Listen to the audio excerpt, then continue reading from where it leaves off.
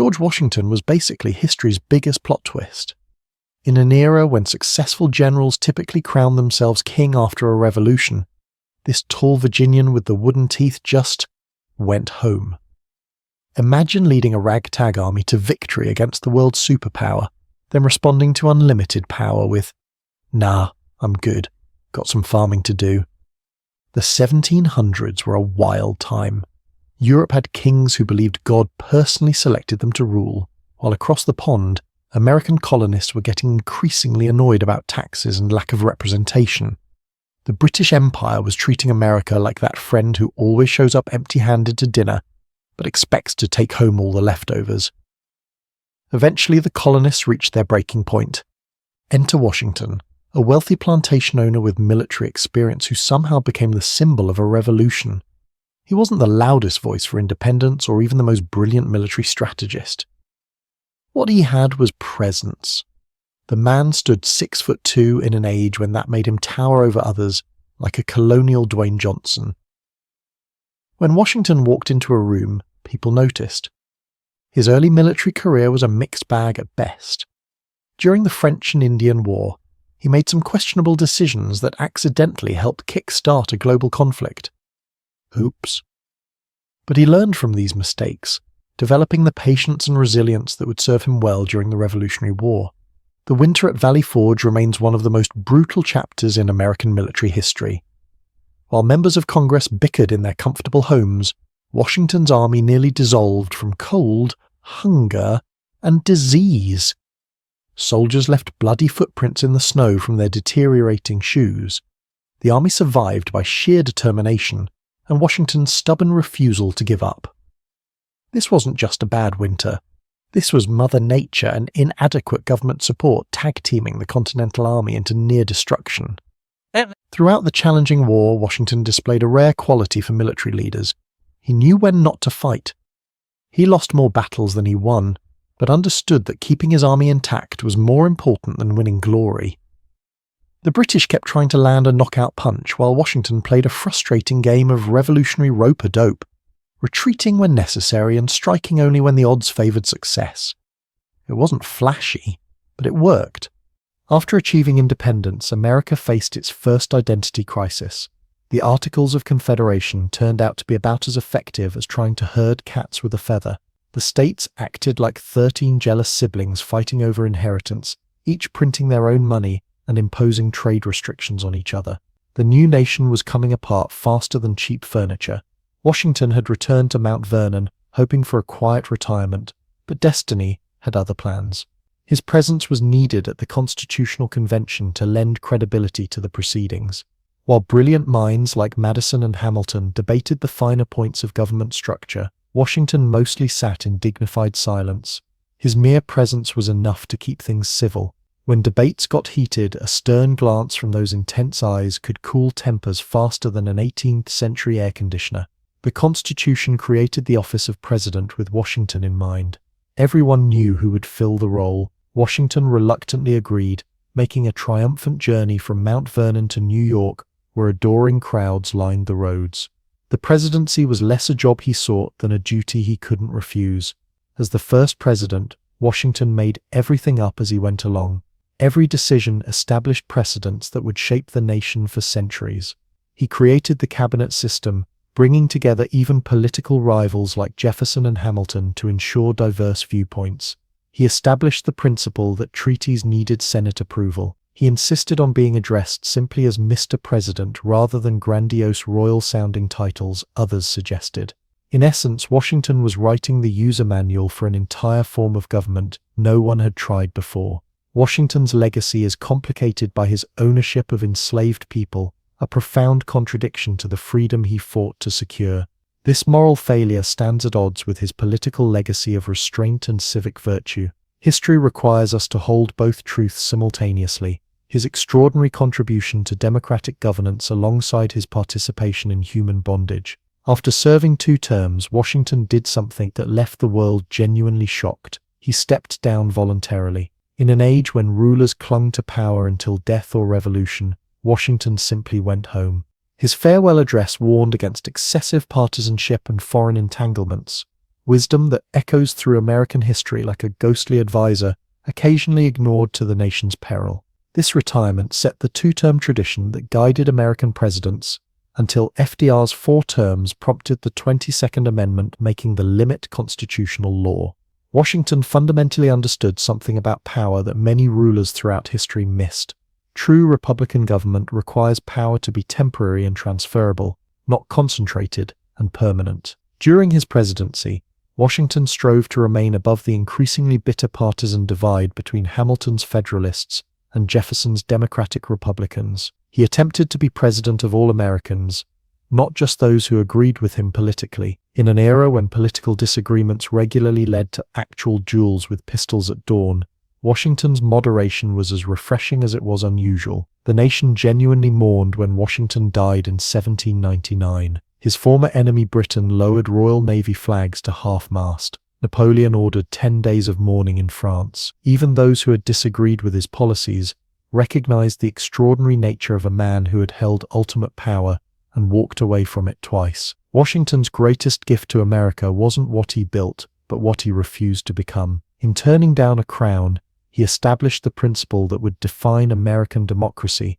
that power flows from the people, not from the ruler. The most meaningful image of Washington might not be him crossing the Delaware, but rather crossing the threshold of Mount Vernon after his presidency, returning to life as a private citizen and ensuring America would never have a king. The American experiment in self-government faced countless challenges in its early days. The nation was fragile, surrounded by hostile powers eager to see it fail. Washington's moral authority and willingness to surrender power provided the stability needed for the young republic to survive its infancy. Many revolutionary governments throughout history have collapsed into dictatorship or anarchy. America avoided both fates largely because its first leader understood the paradox that sometimes the greatest use of power is to give it up. In Washington, D.C., the Washington Monument stands as the tallest stone structure in the world, a fitting tribute to a man who towers over American history. But perhaps the greater monument to Washington is invisible.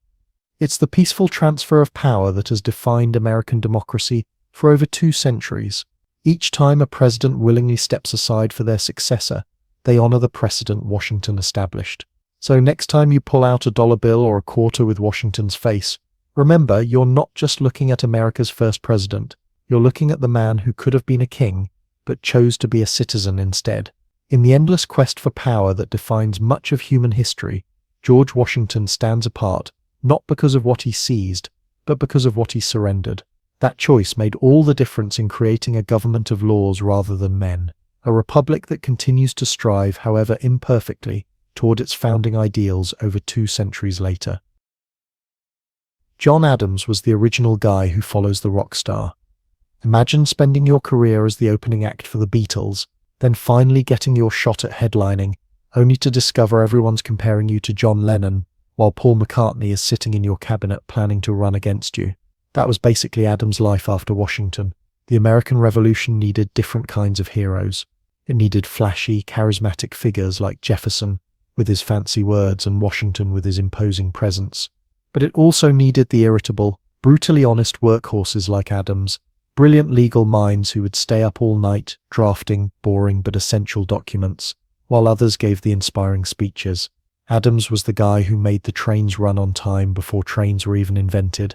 Born in Massachusetts to a family of modest means, Adams wasn't born into the aristocratic wealth that cushioned many founding fathers.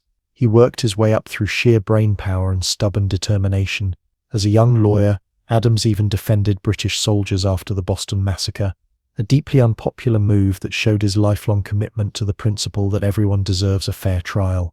The trial was essentially Adams saying to an angry mob, "I know we all hate the British right now, but we can't just skip the whole justice thing when it's inconvenient."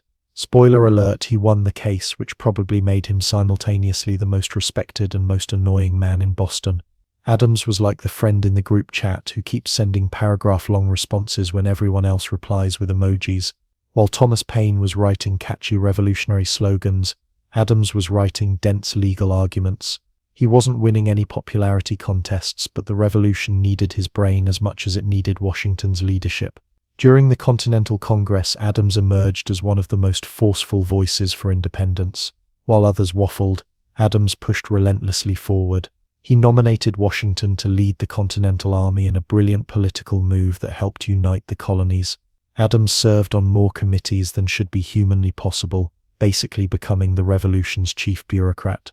Not glamorous work, but someone had to do it. While Jefferson got credit for writing the Declaration of Independence, it was Adams who fought like a bulldog to get it passed.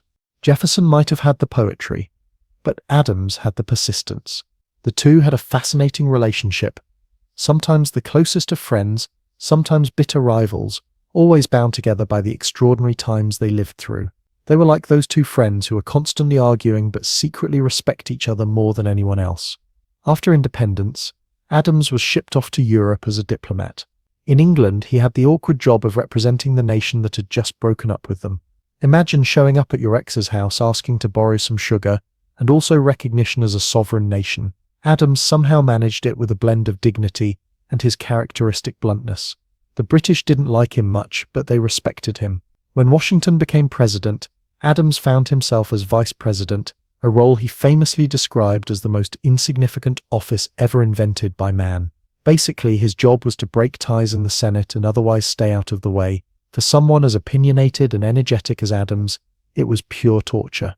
It was like casting Jack Black in a movie and telling him to stand quietly in the background. Then in 1796, Adams finally got his shot at the top job, winning a narrow election over his supposed friend Jefferson. He inherited a mess. The young nation was being pulled into European conflicts. Political parties were forming despite Washington's warnings, and Alexander Hamilton was undermining him from within his own party. Add to that the impossible task of following Washington, and Adams faced the political equivalent of being asked to babysit a sugar-hyped toddler during a hurricane. The biggest crisis of Adams' presidency came in the form of an undeclared naval war with France, the XYZ affair. French officials demanded bribes just to talk to American diplomats, triggering outrage across the United States. War fever swept the nation. Most presidents would have ridden that wave straight into conflict. It would have been politically advantageous for Adams to declare war on France. His popularity soared when he initially took a tough stance.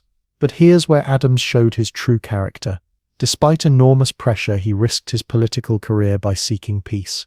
He sent new diplomats to France against the wishes of his own party. The result? A peaceful resolution that probably saved the fragile young nation from a war it couldn't afford. Adams later considered this his finest achievement, writing that he wanted his gravestone to read, "Here lies John Adams, who took upon himself the responsibility of peace with France in the year 1800. His finest moment became his political undoing." Adams' peace moves alienated the powerful Hamiltonian wing of his party, while failing to win over Jefferson's supporters. The Alien and Sedition Acts, passed during the war scare, damaged his reputation among those who championed free speech. These controversial laws made it harder for immigrants to become citizens and criminalized criticism of the government. A terrible look for a nation founded on liberty, and a move that contradicted Adams' own principles. Political pressure makes people do strange things, and Adams later regretted supporting these measures. The election of 1800 became one of the ugliest in American history. Adams was portrayed as a wannabe monarch with a hideous hermaphroditical character. Jefferson's camp spread rumors that Adams planned to marry one of his sons to a daughter of King George III to create an American royal family. Meanwhile, Adams' supporters called Jefferson an atheist, a radical, and a coward. American political discourse has always been a dumpster fire. It just used fancier language in the 1800s. Adams lost the election to Jefferson in what became the first peaceful transfer of power between opposing political parties in modern history. That alone is an achievement worth celebrating. Adams could have contested the results or used his remaining power to sabotage Jefferson. Instead, he accepted defeat and quietly departed Washington, D.C. before dawn on Jefferson's inauguration day. He wasn't being petty, well, maybe a little. He simply couldn't bear to watch his frenemy take the office he had lost. In retirement, Adams devoted himself to writing and farming. The stream of letters between him and Jefferson, once they reconciled in their final years, provides some of the most insightful reflections on the founding era. These two old rivals, once bitter enemies, found their way back to friendship through intellectual respect and shared history. They were like the original political odd couple, working through their differences one letter at a time. In one of history's great cosmic coincidences, Both Adams and Jefferson died on July 4, 1826, exactly 50 years after the adoption of the Declaration of Independence. Adams' last words were reportedly, "Thomas Jefferson survives," not knowing Jefferson had died hours earlier. It was as if neither could outlive the other, their fates intertwined to the very end. Even death couldn't resist a bit of dramatic symbolism when it came to these two. Adams never had Washington's universal adoration or Jefferson's poetic genius. He wasn't the most likable founding father. He was vain, stubborn, and brutally honest to the point of social suicide. But his contributions were enormous. He gave everything to the American experiment, often receiving little thanks in return. John Adams represents something essential about democracy. It's not always pretty, it's not always graceful, but it requires dedicated people willing to do unglamorous work and make unpopular choices. In a revolution full of dreamers, Adams was the practical one, making sure the dreams had a fighting chance of becoming reality. History hasn't always been kind to Adams. He lacks Washington's monuments or Jefferson's memorial. But in many ways, Adams represents the truest version of American democracy. Imperfect, argumentative, driven by principle but subject to human flaws. He wasn't born to wealth or blessed with natural charisma. He succeeded through sheer intelligence, hard work, and stubborn belief in the rule of law. So next time you're stuck doing the necessary but unglamorous work while someone else gets the glory, remember John Adams. The revolution needed its Washington, but it also needed its Adams, the grumpy, brilliant workaholic who kept the whole enterprise from falling apart. Not all heroes wear capes. Some just write really long, persuasive letters and refuse to shut up until justice prevails. Thomas Jefferson was America's original Renaissance man, a walking contradiction wrapped in Enlightenment ideals and human failings. Imagine if Elon Musk, William Shakespeare, and Bernie Sanders somehow merged into one person who also happened to own slaves while writing about freedom. That barely scratches the surface of Jefferson's complexity. The man was obsessed with gadgets. His home at Monticello was basically the 18th century equivalent of a Silicon Valley tech bro's smart house. Jefferson installed doors that opened automatically, a wine dumbwaiter, a rotating dinner table for faster food service, and even a clock powered by the weight of cannonballs. He redesigned the entire place multiple times just because he kept thinking of improvements. Jefferson was the original guy who couldn't stop tinkering with his surroundings. Born into Virginia's planter elite, Jefferson received the kind of education most could only dream of. He devoured books like modern teenagers devour social media, becoming fluent in multiple languages and studying everything from architecture to zoology. His mind was a browser with an infinite number of tabs open, all running simultaneously without crashing. As a young lawyer and politician, Jefferson quickly established himself as someone with a way with words. When the Continental Congress needed someone to draft the Declaration of Independence, they turned to the tall, awkward redhead from Virginia. While John Adams served on 987 committees approximately and fought political battles, Jefferson quietly crafted one of history's most influential documents in a rented room. He was like that group project member who says nothing during meetings, but then delivers a perfect final presentation. What makes the Declaration extraordinary isn't just its political importance, but its poetic power. Jefferson didn't just list grievances against King George III. He created a philosophical framework for a new kind of nation. The phrase, "all men are created equal," has echoed through history, challenging each generation of Americans to live up to its promise. Unfortunately, Jefferson himself would fail this challenge in spectacular fashion. After helping birth the nation, Jefferson served as Washington's Secretary of State, where he quickly became Alexander Hamilton's arch-nemesis. Their cabinet battles were the original political rivalry: East Coast versus South, banking versus agriculture, strong federal government versus states' rights. Hamilton and Jefferson were the Batman and Joker of early American politics, each believing the other would destroy everything good about the Republic.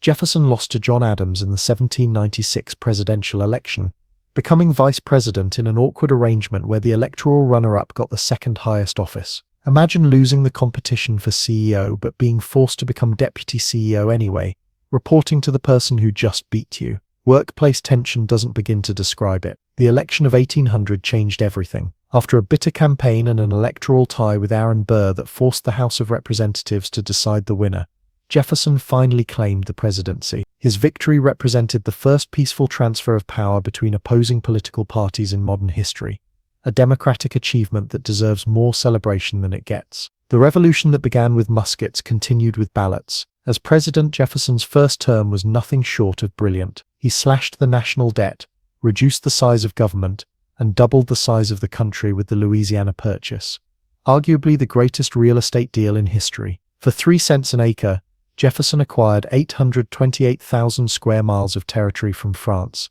instantly transforming the United States from a coastal nation into a continental power. Napoleon needed cash for his European wars, and Jefferson was smart enough to say yes before the French emperor could change his mind. It was like finding Manhattan listed on Craigslist for $24 and a bag of beads. Oh wait, that actually happened too. The Louisiana Purchase wasn't without controversy. Nowhere in the Constitution did it explicitly allow for buying massive chunks of territory from foreign powers. Jefferson, normally a strict constructionist who believed in limited federal authority, suddenly found himself making a rather expansive interpretation of presidential power. When opportunity knocks with 828,000 square miles of prime real estate, principles sometimes take a backseat. Jefferson was like that friend who lectures everyone about healthy eating and then demolishes a pizza at 2 a.m. when nobody's watching. Jefferson sent Lewis and Clark to explore this new territory, launching what became one of history's greatest road trips. Their expedition was part scientific mission, part diplomatic venture, and part epic adventure. Jefferson gave them a shopping list of things to look for that included woolly mammoths, which he thought might still roam the western wilderness. The fact that they didn't find any prehistoric elephants was probably his biggest disappointment. Jefferson's second term proved far more challenging than his first. His attempt to remain neutral in the Napoleonic Wars by imposing a trade embargo devastated the American economy while failing to change European behavior. It turns out telling American merchants they couldn't trade with anyone was about as popular as canceling Christmas. Jefferson learned the hard way that economic warfare has casualties on both sides. The most profound contradiction in Jefferson's life was his relationship with slavery. The man who wrote that all men are created equal owned over 600 enslaved people during his lifetime. He recognized slavery as a moral catastrophe, calling it a hideous blot and a deplorable entanglement, yet he never found the courage or financial discipline to free more than a handful of enslaved people, remaining economically dependent on forced labor until his death. Most troubling was Jefferson's relationship with Sally Hemings, an enslaved woman who was the half-sister of his deceased wife. DNA evidence now confirms what had long been rumored. Jefferson fathered at least 6 children with Hemings, beginning when she was a teenager. Their relationship lasted decades in a power dynamic so unequal it defies modern understanding. Jefferson apparently compartmentalized this relationship from his public philosophies about liberty in ways that seem impossible to reconcile. After leaving the presidency, Jefferson retired to Monticello, where he founded the University of Virginia, designed its buildings, created its curriculum, and selected its faculty. Never one to think small, Jefferson didn't just donate money to education. He built an entire university from scratch based on his vision of learning free from religious doctrine. It was like someone today saying, "I don't like the existing colleges, so I'll just build my own," and then actually doing it. Jefferson's spending habits were legendary for all the wrong reasons. He lived well beyond his means, buying fine wines, books, art, and furniture, while his plantation consistently lost money. By the time he died, Jefferson was so deeply in debt that his family had to sell Monticello and many of his possessions. The man who managed the nation's finances couldn't handle his own checkbook. It's a reminder that brilliance in one area doesn't guarantee competence in all others. In his final years, Jefferson reconciled with his old friend and rival John Adams. Their correspondence represents one of history's great reconciliations. 2 founding fathers who had become bitter political enemies, finding their way back to friendship through intellectual respect and shared history. Their letters covered everything from politics and philosophy to aging and death. These weren't just 2 old men reminiscing.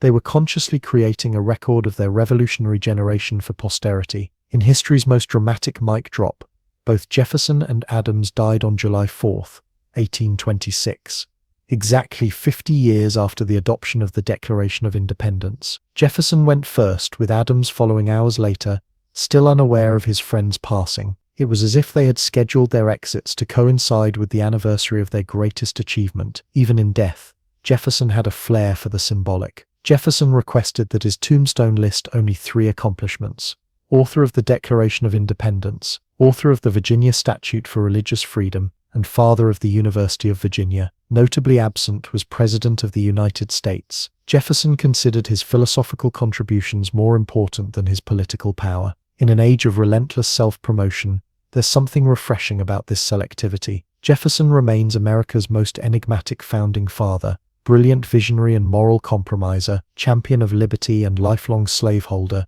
strict constitutionalist who made exceptions when convenient. He wrote that all men are created equal while failing to live up to that ideal in his personal life. He championed the common man while living as an aristocrat. He advocated Republican simplicity while accumulating massive personal debt through luxury purchases. Yet Jefferson's vision of America as a nation built on ideals rather than bloodlines or religion has proved remarkably durable. His words have inspired freedom movements around the world. The Declaration's promise continues to challenge Americans to create a more perfect union. Each generation has found in Jefferson both inspiration and warning, a reminder that even the most brilliant minds can be blind to their own contradictions. So next time you find yourself holding contradictory opinions or failing to live up to your own ideals, remember Thomas Jefferson, the genius who imagined a better world while falling tragically short of his own vision. The distance between his words and actions doesn't invalidate the power of his ideas. It simply reminds us that human beings are complicated, and progress comes not from perfect people, but from imperfect ones who nonetheless reach for something better. James Madison was America's original big brain in a tiny package. Standing at a whopping 5'4" and weighing about 100 pounds soaking wet, Madison was the physical opposite of the towering George Washington. Think of him as the political equivalent of a pocket-sized supercomputer.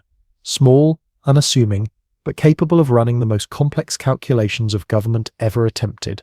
While Jefferson had the poetry and Washington had the presence, Madison had the blueprints. If America were a tech startup, Washington would be the charismatic CEO, Jefferson the visionary marketing genius, and Madison the chief engineer quietly coding the entire operating system that would make everything actually work. Without Madison's back-end work, the American experiment would have crashed faster than Windows Vista. Born to wealth in Virginia, Madison received an elite education, cramming 4 years of study at Princeton into just 2 years. The man was essentially a political science machine, devouring books on history, law, and government like they were potato chips. While other young men were out enjoying themselves, Madison was inside reading about the failures of ancient republics and taking extensive notes. He was that student who makes everyone else look bad by studying during spring break. By his mid-20s, Madison had already helped write Virginia's state constitution. By 36, he was the intellectual force behind the U.S. Constitution. That's like inventing social media while your peers are still figuring out their career paths. Madison didn't just participate in creating America, he was the primary architect of its governmental structure. Not bad for a guy who was so small that his political opponents mockingly called him Little Jemmy. The 1780s were a disaster for the newborn United States. Operating under the Articles of Confederation, the country was basically 13 squabbling siblings with no parent in charge. States printed their own money, raised trade barriers against each other, and generally acted like they were independent countries rather than parts of a union. The situation was so bad that Massachusetts had to put down a rebellion of angry farmers. America was the trust fund kid who blew through their inheritance in record time and now faced bankruptcy. Madison recognized that without a stronger central government, the American experiment would fold faster than a cheap lawn chair. Working with Alexander Hamilton and John Jay, he wrote a series of essays now known as the Federalist Papers, basically an extended marketing campaign for the proposed Constitution. Madison wrote 29 of these essays, often at a pace of one every few days, without Google or even a decent library at hand. The man was dropping constitutional wisdom like a political mixtape. At the Constitutional Convention, Madison took detailed notes of the debates while simultaneously being one of the primary participants. This was like being both the star player and the sportscaster for the same game. His Virginia plan became the foundation for the new government, though he had to compromise on many details. Madison wanted proportional representation in both houses of Congress, but smaller states objected so vigorously that the Senate was created with equal representation to appease them. Madison wasn't thrilled, but he understood that getting 70% of what you want is better than getting 0% because you refuse to compromise. Madison's greatest invention was the system of checks and balances that prevents any branch of government from becoming too powerful. He designed a government that would essentially pit ambition against ambition, using human nature's less attractive qualities as a feature rather than a bug. Madison figured out that the best way to prevent tyranny wasn't to hope for virtuous leaders, but to create a system where power automatically restrains power. It was government design that accounted for the reality that people will always try to grab more authority if left unchecked. In the software world, this would be like creating a program that automatically patches its own security vulnerabilities. Ironically, Madison initially opposed adding a Bill of Rights to the Constitution, arguing it was unnecessary and potentially dangerous to list some rights but not others. However, when it became clear that the Constitution wouldn't be ratified without these protections, Madison not only changed his position but became the primary author of the amendments. The ability to acknowledge when he was wrong and adapt accordingly was one of Madison's most admirable qualities. How many people do you know who would fight that hard for something they initially opposed? After helping create the Constitution, Madison served in the first Congress, where he was essentially the floor manager for getting the Bill of Rights passed. He then became Jefferson's Secretary of State, before winning the presidency himself in 1808. Madison's pre-presidential resume was so stacked that becoming leader of the free world almost feels like an afterthought in his biography. It's like finding out the person who invented the internet also spent 8 years as President of the United States. Unfortunately, Madison's presidency wasn't nearly as successful as his Constitution writing career. His administration was dominated by increasing tensions with Great Britain that eventually led to the War of 1812.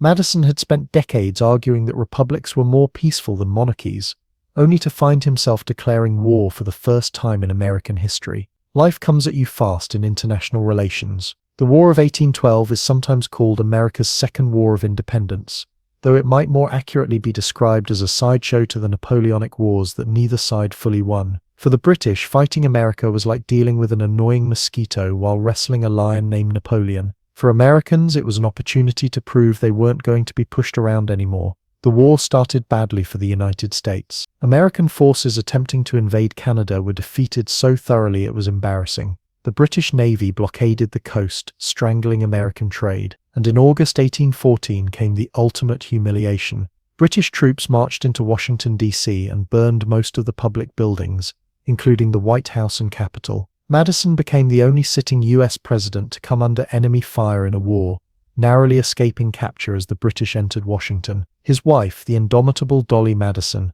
famously saved a portrait of George Washington before fleeing the White House. While James was out trying to rally militia troops, Dolly was making sure America's cultural heritage didn't go up in flames. Talk about relationship goals. He's trying to save the government while she's saving national treasures. The burning of Washington was America's rock-bottom moment, but things improved from there. American naval victories on Lake Champlain and Lake Erie turned the tide. The British, exhausted from fighting Napoleon, decided this side conflict wasn't worth the trouble. Both countries signed the Treaty of Ghent, essentially agreeing to return to pre-war conditions, right before Andrew Jackson's troops demolished a British force at the Battle of New Orleans. That battle actually occurred after peace had been declared, but news traveled slowly in the 1800s, giving Americans a feel-good victory that completely changed the narrative around the war. Despite its dubious military outcome, the War of 1812 had significant effects. It cemented American independence in a way the Revolutionary War hadn't quite managed. It sparked a wave of nationalism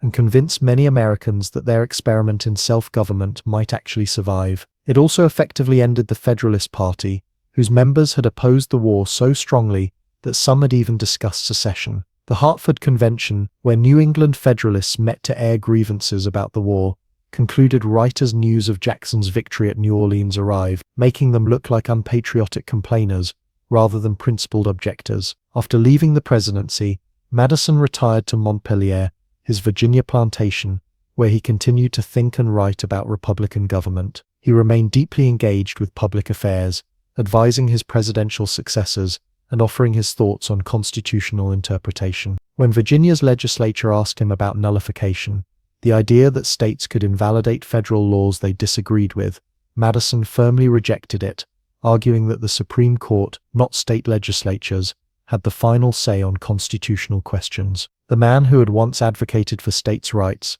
recognized that taking that principle too far would destroy the union he had helped create. Madison outlived most of the other founding fathers, giving him the chance to shape how Americans understood their own constitutional history. He carefully edited his notes from the Constitutional Convention and arranged for them to be published after his death, providing future generations with an invaluable inside look at the creation of the American government. It was like leaving behind the director's commentary track for the Constitution. What made Madison truly remarkable wasn't just his brilliant mind, but his lifelong willingness to adapt his thinking based on evidence and changing circumstances. He began his career as a champion of states' rights, but recognized the need for a stronger central government. He initially opposed a Bill of Rights but became its primary author. He started as a protege of Jefferson, but developed his own distinct political philosophy. Unlike many ideologues, Madison was willing to change his mind when reality demanded it. Madison stands as proof that physical stature has nothing to do with historical impact. The smallest of the founding fathers cast the longest constitutional shadow. Every time the Supreme Court issues a ruling, Congress passes a law, or the president exercises executive power, they're working within the system Madison designed. His fingerprints are all over American government, even centuries after his death. So next time you're feeling underestimated because of your appearance or overlooked among more flamboyant personalities, remember James Madison, the unassuming intellectual giant who built the operating system for the world's most enduring republic, while barely tipping the scales at 100 pounds. Sometimes the quietest person in the room is the one with the most profound impact on history.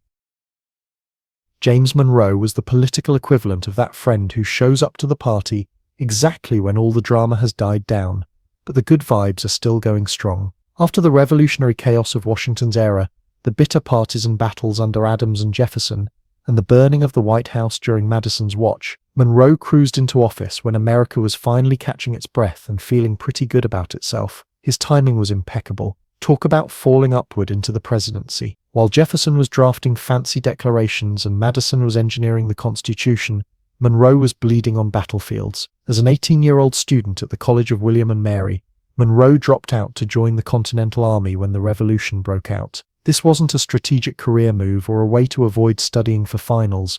The British were literally marching through Virginia. Monroe joined up and quickly found himself at the Battle of Trenton, where he nearly died after taking a musket ball to the shoulder. Washington himself found the bleeding Monroe on the battlefield, potentially saving his life. Nothing bonds you with the future first president like him personally making sure you don't bleed out in the snow. That battlefield credibility served Monroe well throughout his career. While Jefferson and Madison were known for their brains, Monroe was respected for his character and judgment. He wasn't the sharpest intellectual of the founding generation, but he had something equally valuable: rock-solid common sense and unimpeachable integrity. Monroe was like that reliable friend everyone wants around when decisions need to be made. Not the most exciting person at the table, but the one you actually listen to. After the Revolution, Monroe practiced law and entered politics, quickly rising through the ranks from state legislator to U.S. senator. In 1794, Washington appointed him minister to France, a job that turned out to be more complicated than anyone expected. Monroe arrived in Paris during the bloodiest period of the French Revolution, when the guillotine was working overtime. The French warmly welcomed Monroe, seeing him as a fellow revolutionary, and he responded with perhaps too much enthusiasm, openly embracing the French revolutionary government while Washington's administration was trying to maintain neutrality. This diplomatic faux pas got Monroe recalled from France. Imagine being fired by George Washington. That had to sting. But Monroe bounced back, becoming governor of Virginia and eventually working his way back into Jefferson's good graces. When Jefferson needed someone to negotiate the Louisiana Purchase in 1803, he sent Monroe to France as a special envoy. Monroe and Robert Livingston managed to buy 828,000 square miles of territory from Napoleon for about 3 cents an acre, still the greatest real estate deal in history. Monroe went from being fired as a diplomat to helping double the size of the United States. That's quite the career rehabilitation. Monroe's diplomatic adventures weren't over. Madison appointed him Secretary of State, where he had to deal with the deteriorating relationship with Great Britain that eventually led to the War of 1812. When the war went badly and the British burned Washington, Madison added Secretary of War to Monroe's responsibilities. Imagine having 2 cabinet-level jobs simultaneously during a national crisis. It was like being both the fire chief and the police commissioner during a citywide emergency. By 1816, Monroe was the obvious choice to succeed Madison as president. He won the election handily, and 4 years later was re-elected with every electoral vote except one. A New Hampshire elector cast a ballot for John Quincy Adams, supposedly because he wanted Washington to remain the only president elected unanimously. That elector must have been fun at parties, the historical equivalent of the guy who intentionally ruins a perfect game in baseball for the sake of trivia. Monroe's presidency coincided with a unique period in American history known as the Era of Good Feelings. After the War of 1812, Americans felt a surge of nationalism and pride. The Federalist Party had essentially collapsed, leaving Monroe's Democratic Republicans as the only significant political force. For a brief shining moment, American politics wasn't defined by bitter partisan divisions. It was like that week in college when all your roommates paid their share of the bills on time, and nobody ate anyone else's labeled food from the fridge. Of course, this era of good feelings wasn't good for everyone. Monroe, like his Virginia predecessors, was a slaveholder who did little to challenge the institution. Native Americans continued to be pushed off their lands as white settlement expanded westward. And beneath the surface of national unity, sectional tensions between North and South were building over issues like tariffs and slavery. The era of good feelings was good primarily for white Americans who benefited from westward expansion and economic growth, a reminder that national nostalgia often overlooks who was left out of the supposed golden age. The defining foreign policy achievement of Monroe's presidency was the Monroe Doctrine, announced in his 1823 State of the Union address. This policy declared that the Americas were closed to further European colonization, and that the United States would consider any European interference in the Western Hemisphere a hostile act. It was breathtakingly ambitious for a nation that was still relatively weak militarily. Imagine a teenager who just got their driver's license announcing rules for the entire neighborhood. The Monroe Doctrine was less about what America could actually enforce, and more about what it aspired to become, a continental power with its own sphere of influence. Interestingly, the Monroe Doctrine was largely drafted by John Quincy Adams, Monroe's Secretary of State and the next president. Monroe himself was content to present the policy while letting the brilliant Adams handle the details. This was Monroe's leadership style in a nutshell. Identify talented people, put them in positions to succeed, and take a collaborative approach rather than needing to be the smartest person in the room. It's a management technique that has aged considerably better than powdered wigs and knee breeches. Domestically, the biggest crisis of Monroe's presidency was the Missouri Compromise of 1820, the first major political battle over the expansion of slavery. When Missouri applied for statehood as a slave state, it threatened to upset the balance between free and slave states in the Senate. After intense debate, Congress reached a compromise. Missouri would enter as a slave state, Maine would enter as a free state, and slavery would be prohibited in the remainder of the Louisiana Purchase territory north of latitude 36°30. Monroe signed the compromise, temporarily diffusing the crisis. But the debate revealed the deep division that would eventually tear the country apart in the Civil War. Jefferson, watching from retirement at Monticello, called the Missouri crisis a fire bell in the night that filled him with terror. Monroe, more optimistic by nature, hoped the compromise would provide a permanent solution. History would prove Jefferson right, as it often did. After 2 terms as president, Monroe followed the example of his predecessors and retired from politics. Unlike Jefferson and Madison, who retreated to their Virginia plantations, Monroe found himself facing financial ruin. Decades of public service had prevented him from managing his plantation effectively, and he had spent large sums of his own money on official entertainment as president. Congress eventually voted him $30,000 in compensation for his expenses, but it wasn't enough to solve his financial problems. Monroe was forced to sell his Virginia estate and move in with his daughter in New York City. The man who had negotiated the Louisiana Purchase and proclaimed the Monroe Doctrine died nearly broke on July 4, 1831, the third president to die on Independence Day, following Jefferson and Adams 5 years earlier. There's something poetically American about a founding father who expanded the nation's territory and influence, ending his days in financial distress. Even history's main characters aren't immune to money problems. Monroe is often overshadowed by the more intellectually dazzling founders like Jefferson and Madison, or the more dramatic figures like Washington and Hamilton. He wasn't the best writer, the most original thinker, or the most charismatic leader of his generation, but his consistent good judgment, personal integrity, and steady hand at the helm during a crucial period of national consolidation made him exactly the president America needed after the turbulence of its early years. In many ways, Monroe represented the transition from the revolutionary generation to the antebellum era. He was the last president who wore the old-fashioned revolutionary attire, the knee breeches, silk stockings, and buckled shoes that had gone out of style. On a diplomatic tour of the country in 1817, Monroe caused a stir by appearing in these outdated clothes, like a time traveler from the 1790s. Yet his policies looked forward, not backward, laying the groundwork for American expansion and influence in the 19th century. Monroe was also the last of the Virginia dynasty that had dominated American politics since independence. After him, power shifted to a new generation of leaders from different regions, with different visions for the country's future.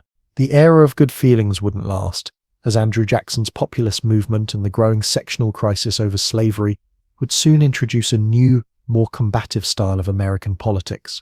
So next time you hear that someone is presidential material, think of James Monroe, not necessarily the flashiest or most brilliant person, but someone whose sound judgment, personal integrity, and ability to work well with others allowed him to lead effectively during a crucial period of national development. Sometimes what a country needs isn't a revolutionary visionary, but a steady hand who knows how to keep the ship on course after the storm has passed.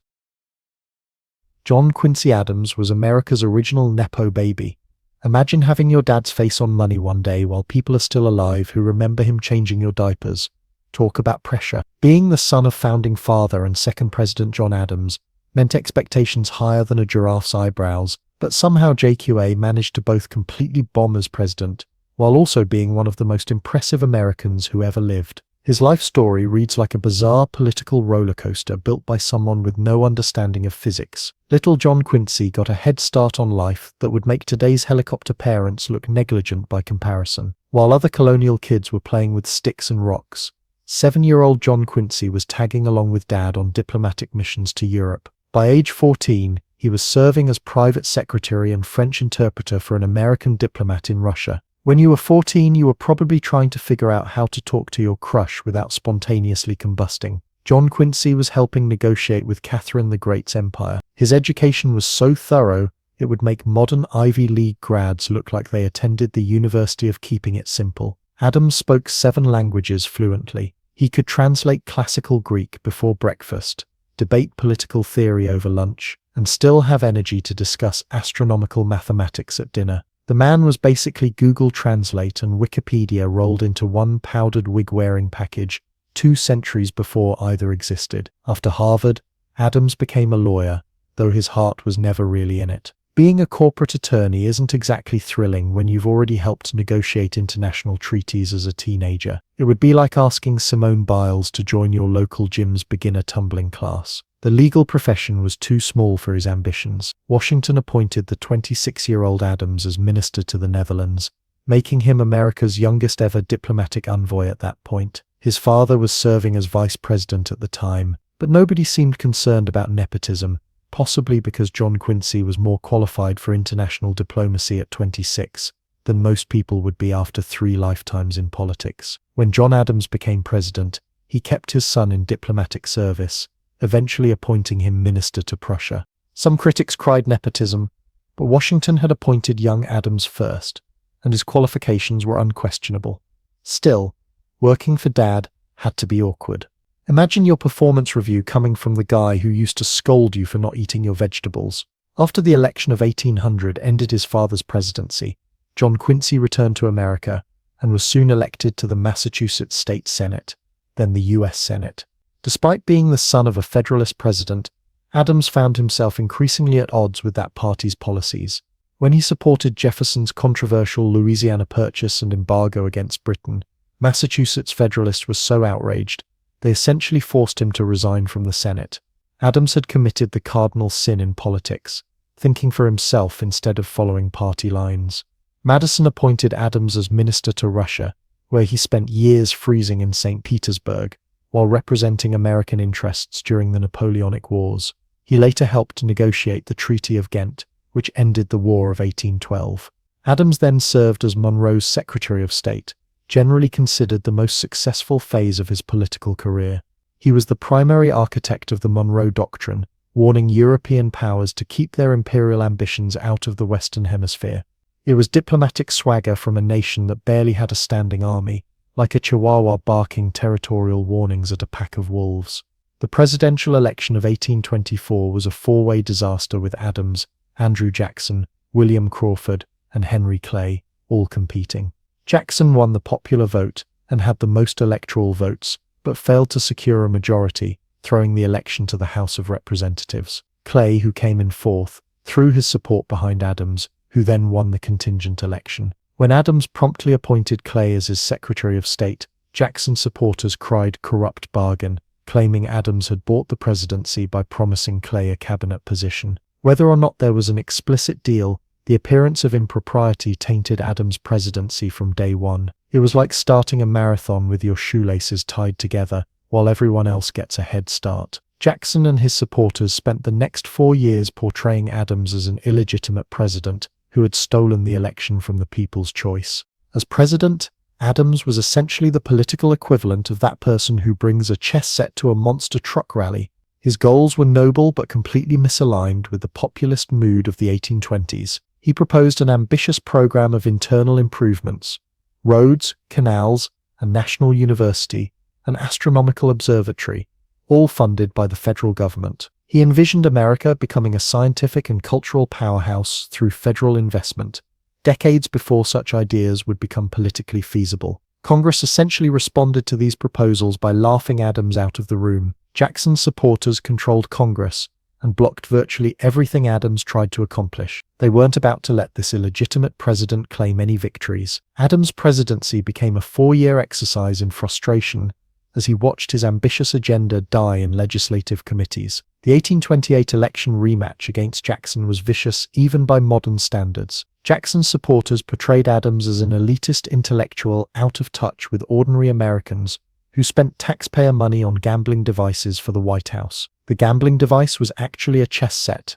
and a billiard table Adams had purchased with his own money. Meanwhile, Adams' supporters attacked Jackson's wife Rachel so viciously that Adams himself was disgusted by his own campaign. Rachel died shortly after the election, and Jackson blamed the stress of the campaign attacks for her death. Not exactly a shining moment in American political history. Jackson won in a landslide, and Adams left the White House as a one-term president widely considered a failure. Most politicians would have retreated into bitterness or a comfortable retirement. Not John Quincy Adams. In the plot twist no one saw coming, he ran for the House of Representatives in 1830, the only former president in American history to serve in the House after leaving the White House. It would be like a former CEO taking a middle management job just because they genuinely believed they could do more good there. What followed was the most remarkable post-presidency in American history. Adams served 17 years in the House, becoming the nation's most outspoken opponent of slavery,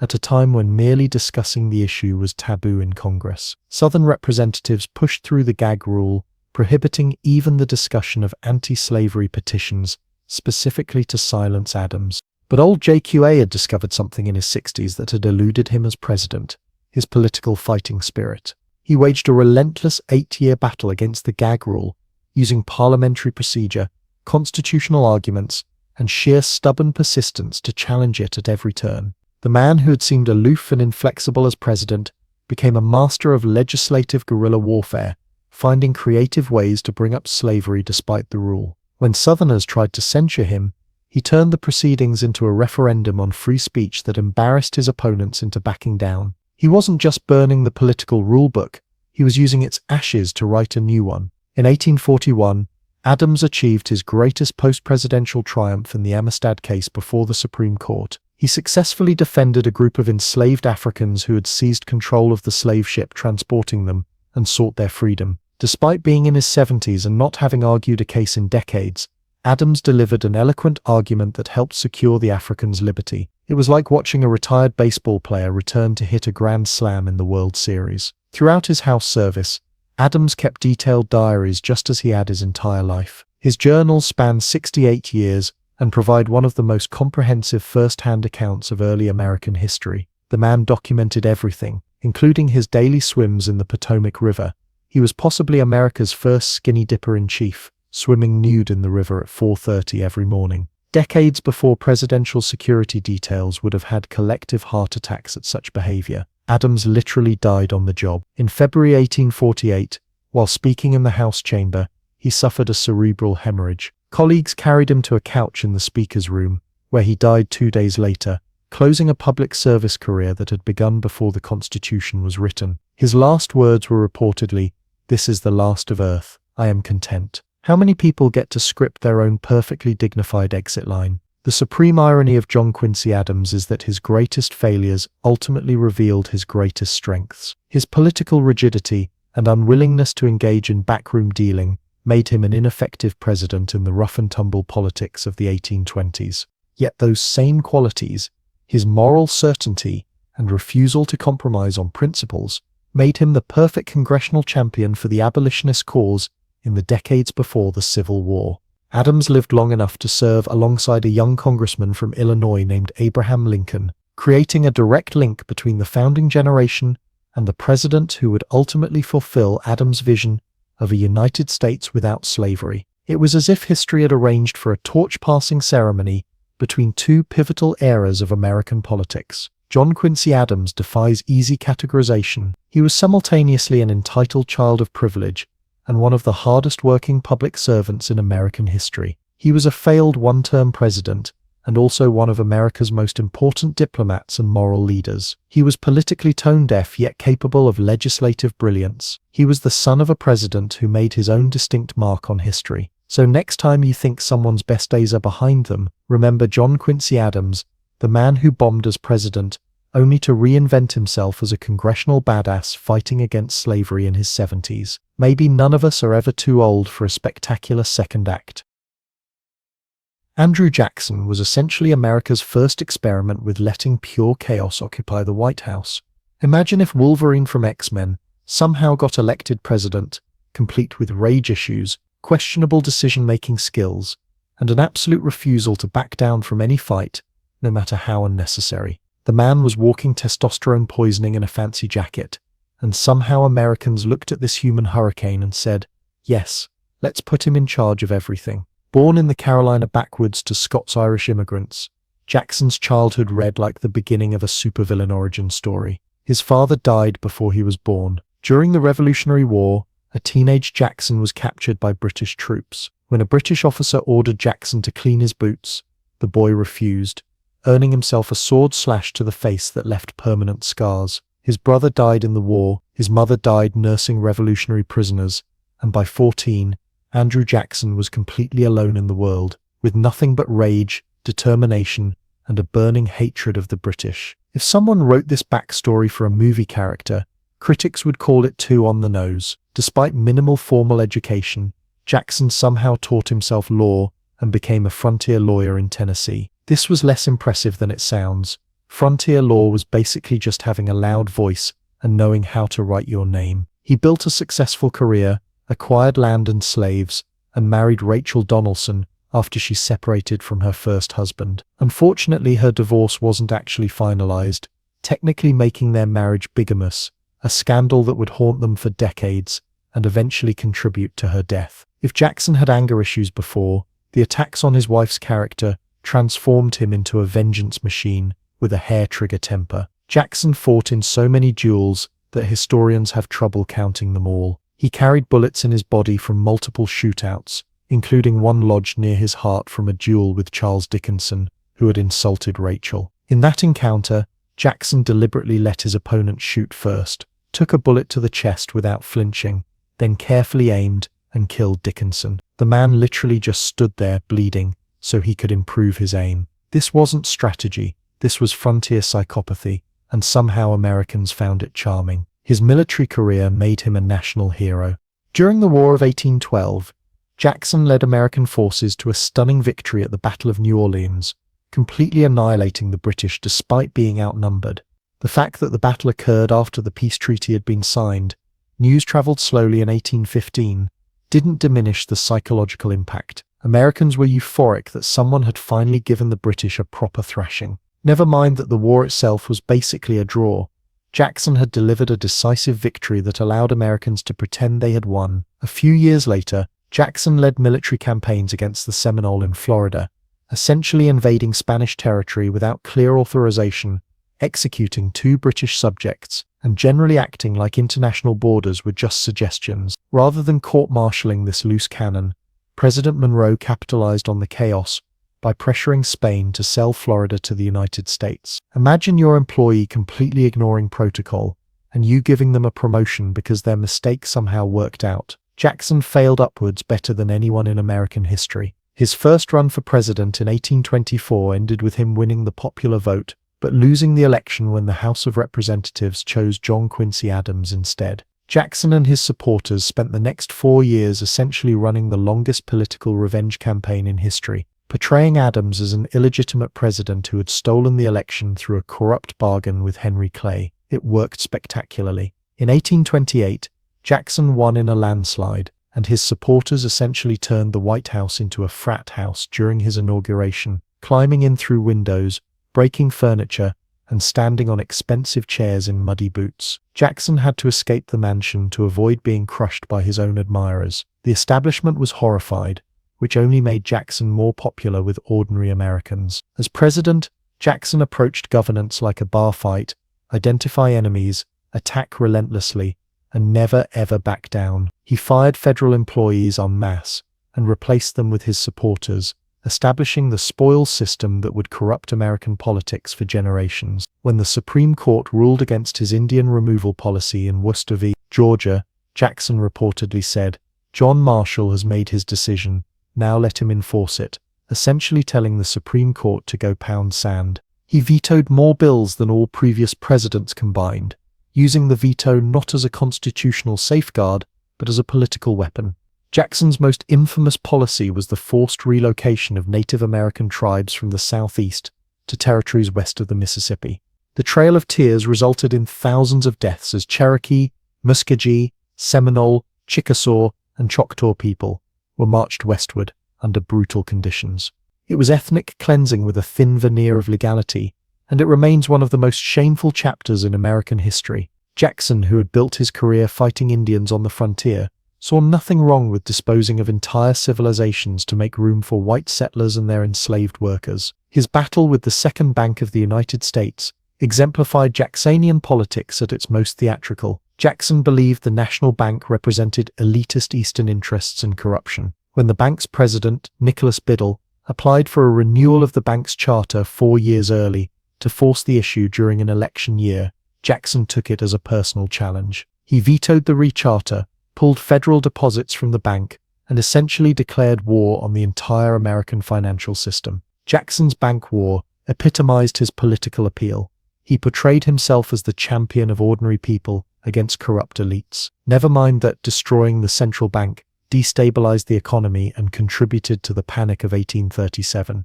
Jackson had picked a fight with the ultimate symbol of establishment power and won. His supporters didn't need economic stability. They needed to see their guy punch the rich guys in the face. His presidency was also marked by the nullification crisis, when South Carolina declared federal tariffs void within its borders and threatened secession. Jackson, despite being a slave owner and Southerner himself, responded with characteristic subtlety by threatening to march an army into South Carolina and hang his own vice president, John C. Calhoun, who supported nullification. Jackson got Congress to pass the force bill authorizing military action while simultaneously supporting a compromise tariff. The crisis passed, but it foreshadowed the Civil War to come. Jackson's nationalism, temporarily papered over the deepening sectional divides his own political movement, had helped create. The man sustained more assassination attempts than any president until the 20th century. In the most famous incident, a house painter named Richard Lawrence approached Jackson with 2 pistols. Both misfired, at which point the 67-year-old president attacked his would-be assassin with a cane, beating him severely until aides pulled him away. Statistically, the odds of 2 pistols misfiring independently were about 1 in 125,000. Jackson was so rage-filled that he literally defied probability. After leaving office, Jackson returned to his plantation, the Hermitage, where he continued to influence politics through his chosen successor, Martin Van Buren. When he died in 1845, he had few regrets except, by his own admission, that "I didn't shoot Henry Clay and hang John C. Calhoun." Just a normal, healthy attitude from a former president. Jackson transformed American politics by expanding the vote to all white men. Property requirements were eliminated during his era, while simultaneously denying humanity to the institution of slavery. He created the Democratic Party as a vehicle for populist rage against elites, established the imperial presidency by expanding executive power, and fundamentally changed Americans' relationship with their government. His supporters called this new approach Jacksonian democracy, though it might more accurately be described as Jacksonian white male democracy. Women, Native Americans, and Black Americans were explicitly excluded from Jackson's vision of democratic participation. His was a democracy of demographic hierarchy, where equality among white men came at the expense of everyone else. Jackson appears on the $20 bill despite hating paper money and destroying the national bank. This historical irony would infuriate him, which is perhaps the best argument for keeping him there. Though there have been efforts to replace his image with Harriet Tubman's, a delicious reversal that would put an escaped slave and Underground Railroad conductor in place of a slave owner, built his fortune on forced labor. Andrew Jackson remains one of the most consequential presidents in American history, a transformative figure who simultaneously expanded and contracted American democracy, a champion of the common man who owned human beings, a defender of the Union who empowered forces that would eventually tear it apart. He was America's first populist president, channeling the rage of ordinary citizens against established power, while wielding that same power like a cudgel against vulnerable populations. So next time a politician claims to represent the people against the elites while actually serving their own interests and those of their preferred demographic group, remember Andrew Jackson, America's original political chaos agent who turned personal grievance into national policy and convinced ordinary citizens that his enemies were theirs too. Jacksonian politics never really went away. It just keeps finding new targets and new champions with each passing generation. Martin Van Buren was essentially America's first professional politician, and not in the way most people would consider a compliment. While previous presidents had been war heroes, wealthy plantation owners, or distinguished statesmen who reluctantly entered politics, Van Buren approached politics the way a chess grandmaster approaches the game, with calculation, strategic foresight, and an uncanny ability to manipulate the board to his advantage. He was the original political operative who somehow managed to operate his way right into the White House. Born in Kinderhook, New York in 1782, Van Buren had the distinction of being the first president born as an American citizen rather than a British subject. He was also the first and only president whose first language wasn't English. He grew up speaking Dutch at home, making English his second language. This linguistic background probably helped him develop the diplomatic skills that would define his career. If you've ever had to navigate two different cultural worlds from childhood, you learn quickly how to read a room and tell people what they want to hear. Van Buren lacked the prestigious background of his predecessors. His father was a tavern keeper, and young Martin grew up serving drinks to political operatives and eavesdropping on their conversations, basically getting a graduate-level education in political scheming before he was old enough to vote. Imagine learning poker by watching professional card sharks every night of your childhood, and you'll understand how Van Buren developed his political instincts. Despite his humble origins, Van Buren managed to apprentice with a lawyer and enter the profession without a college education. He quickly realized that law was merely a stepping stone to his true passion, the gloriously messy game of politics. By his early 30s, he had built a political machine in New York known as the Albany Regency, one of America's first disciplined political organizations. Van Buren grasped earlier than most that politics in a democracy required organization, message discipline, and a system of rewards and punishments to keep everyone in line. Standing only 5'6" inches with a receding hairline and elaborate side whiskers, Van Buren didn't cut an imposing physical figure, but underestimating him based on appearance would be like dismissing a cobra because it's shorter than a python. He compensated for his stature with impeccable fashion sense, always dressed in the finest clothes with not a thread out of place. Van Buren understood that political image was about the complete package, how you spoke, dressed, and carried yourself. He was meticulously controlling his brand before personal branding was even a concept. His contemporaries nicknamed him the Little Magician for his political sleight of hand, and the Red Fox of Kinderhook for his cunning and his reddish hair. But his most lasting nickname was the American Talleyrand, comparing him to the notoriously skilled, French diplomat known for serving multiple conflicting regimes and somehow always landing on his feet. None of these nicknames suggested trustworthiness, which tells you everything you need to know about his reputation, even among allies. Van Buren developed another nickname that entered the American vernacular: OK. As a Jackson supporter, he was part of the old Kinderhook Club, and OK was used as an abbreviation on political documents they approved. The term spread throughout American culture and eventually worldwide. So next time you text OK to someone, you're unwittingly carrying on the legacy of Martin Van Buren's political machine. It's perhaps the most commonly used presidential legacy in everyday language. After serving as a New York senator, governor, and then briefly as Jackson's Secretary of State, Van Buren became Jackson's vice president for his second term. He mastered the art of making himself useful to the volcanic Jackson, while simultaneously avoiding the blast radius of Jackson's frequent eruptions. Van Buren was the ultimate political survivor, always necessary, never threatening, and perpetually positioning himself for the next move. His crowning achievement was creating the modern Democratic Party. Before Van Buren, American politics was a mess of competing factions and personalities without consistent organization.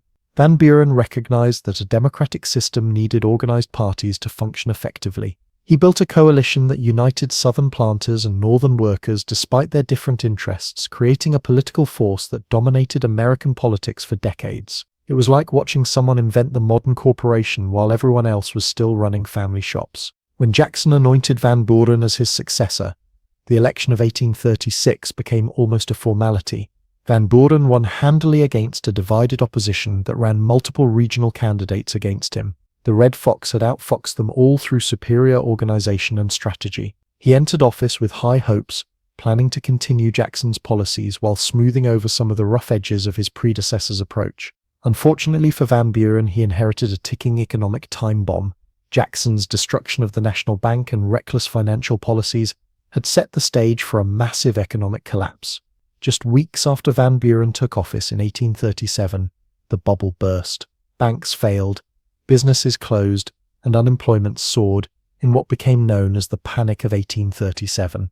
Economic depression persisted for most of Van Buren's presidency. It was like showing up to your dream job only to find the building on fire and everyone blaming you for the blaze your predecessor started. Van Buren's response to the crisis reflected his cautious nature. He opposed direct federal intervention to help struggling Americans, believing that the government should practice hard money policies and fiscal restraint. He created an independent treasury system to manage federal funds, an innovation that would eventually evolve into aspects of the Federal Reserve, but these technical solutions did little to alleviate immediate suffering. People wanted jobs and food security, not lectures about fiscal responsibility. His approach was a bit like offering swimming lessons to someone who's actively drowning. The economic crisis wasn't Van Buren's only challenge. He inherited the ongoing Second Seminole War in Florida, one of America's longest and most expensive Indian wars. The conflict had begun under Jackson but dragged on through Van Buren's term, despite costing millions of dollars and thousands of lives. Van Buren also faced the Amistad case, where African captives seized control of a Spanish slave ship, and the courts had to decide their fate. And a boundary dispute with British Canada threatened to spark yet another war with Great Britain. In each case, Van Buren sought the least disruptive path forward. He continued the Seminole War without enthusiasm or resolution. He allowed the Amistad case to work through the courts rather than intervening. He diffused the Canadian situation through diplomacy rather than military confrontation. These weren't flashy solutions, but they prevented bad situations from becoming catastrophic ones. Sometimes the best presidential decisions are the disasters that never happen because of careful management. The political operator, who had spent decades climbing to the top, discovered that actually governing during a crisis was a completely different challenge than winning elections. His careful triangulation and moderate approach that had served him so well on the way up left him without a passionate base of support when times got tough. Voters interpreted his caution as indifference to their suffering. The master political strategist had failed to understand a basic truth in a crisis. People want bold action and emotional connection, not careful management and technical solutions. The election of 1840 became a referendum on Van Buren's handling of the economy. The opposition Whig Party had learned from Van Buren's political innovations and used them against him, running war hero William Henry Harrison as their candidate. The campaign was a masterclass in style over substance, with Harrison portrayed as a simple man of the people, despite being from a wealthy aristocratic Virginia family. The Whigs handed out hard cider and staged massive rallies with rolling log cabins, creating the template for modern populist campaigns. Van Buren, the architect of modern political campaigning, found himself outmaneuvered at his own game. Harrison won in a landslide, sending Van Buren back to his estate in Kinderhook, which he had named Lindenwold, in a rare moment of pretentiousness from a man of humble origins. The political magician had finally encountered a trick he couldn't counter. But Van Buren wasn't done with politics. He ran again in 1844 but failed to secure the Democratic nomination due to his opposition to the annexation of Texas.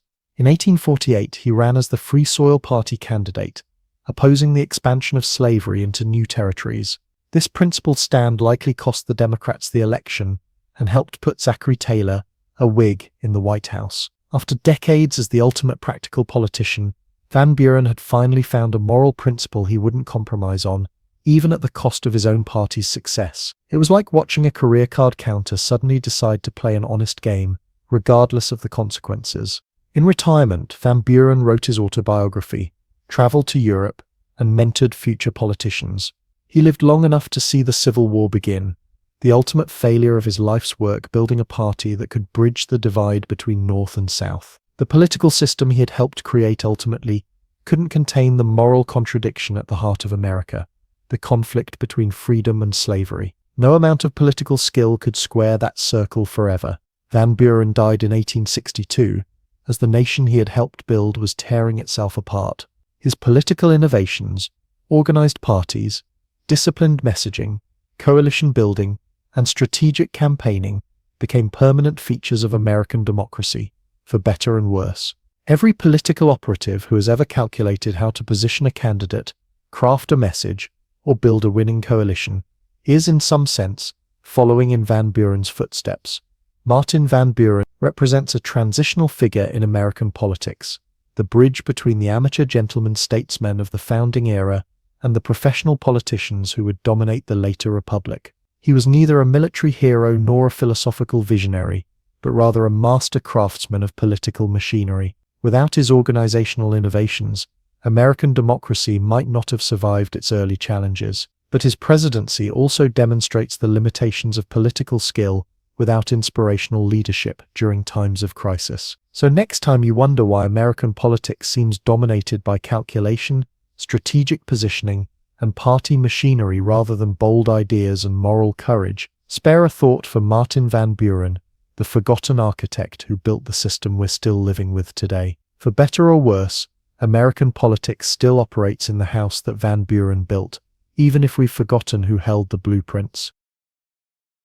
William Henry Harrison has the dubious honor of being the answer to the most depressing presidential trivia question ever.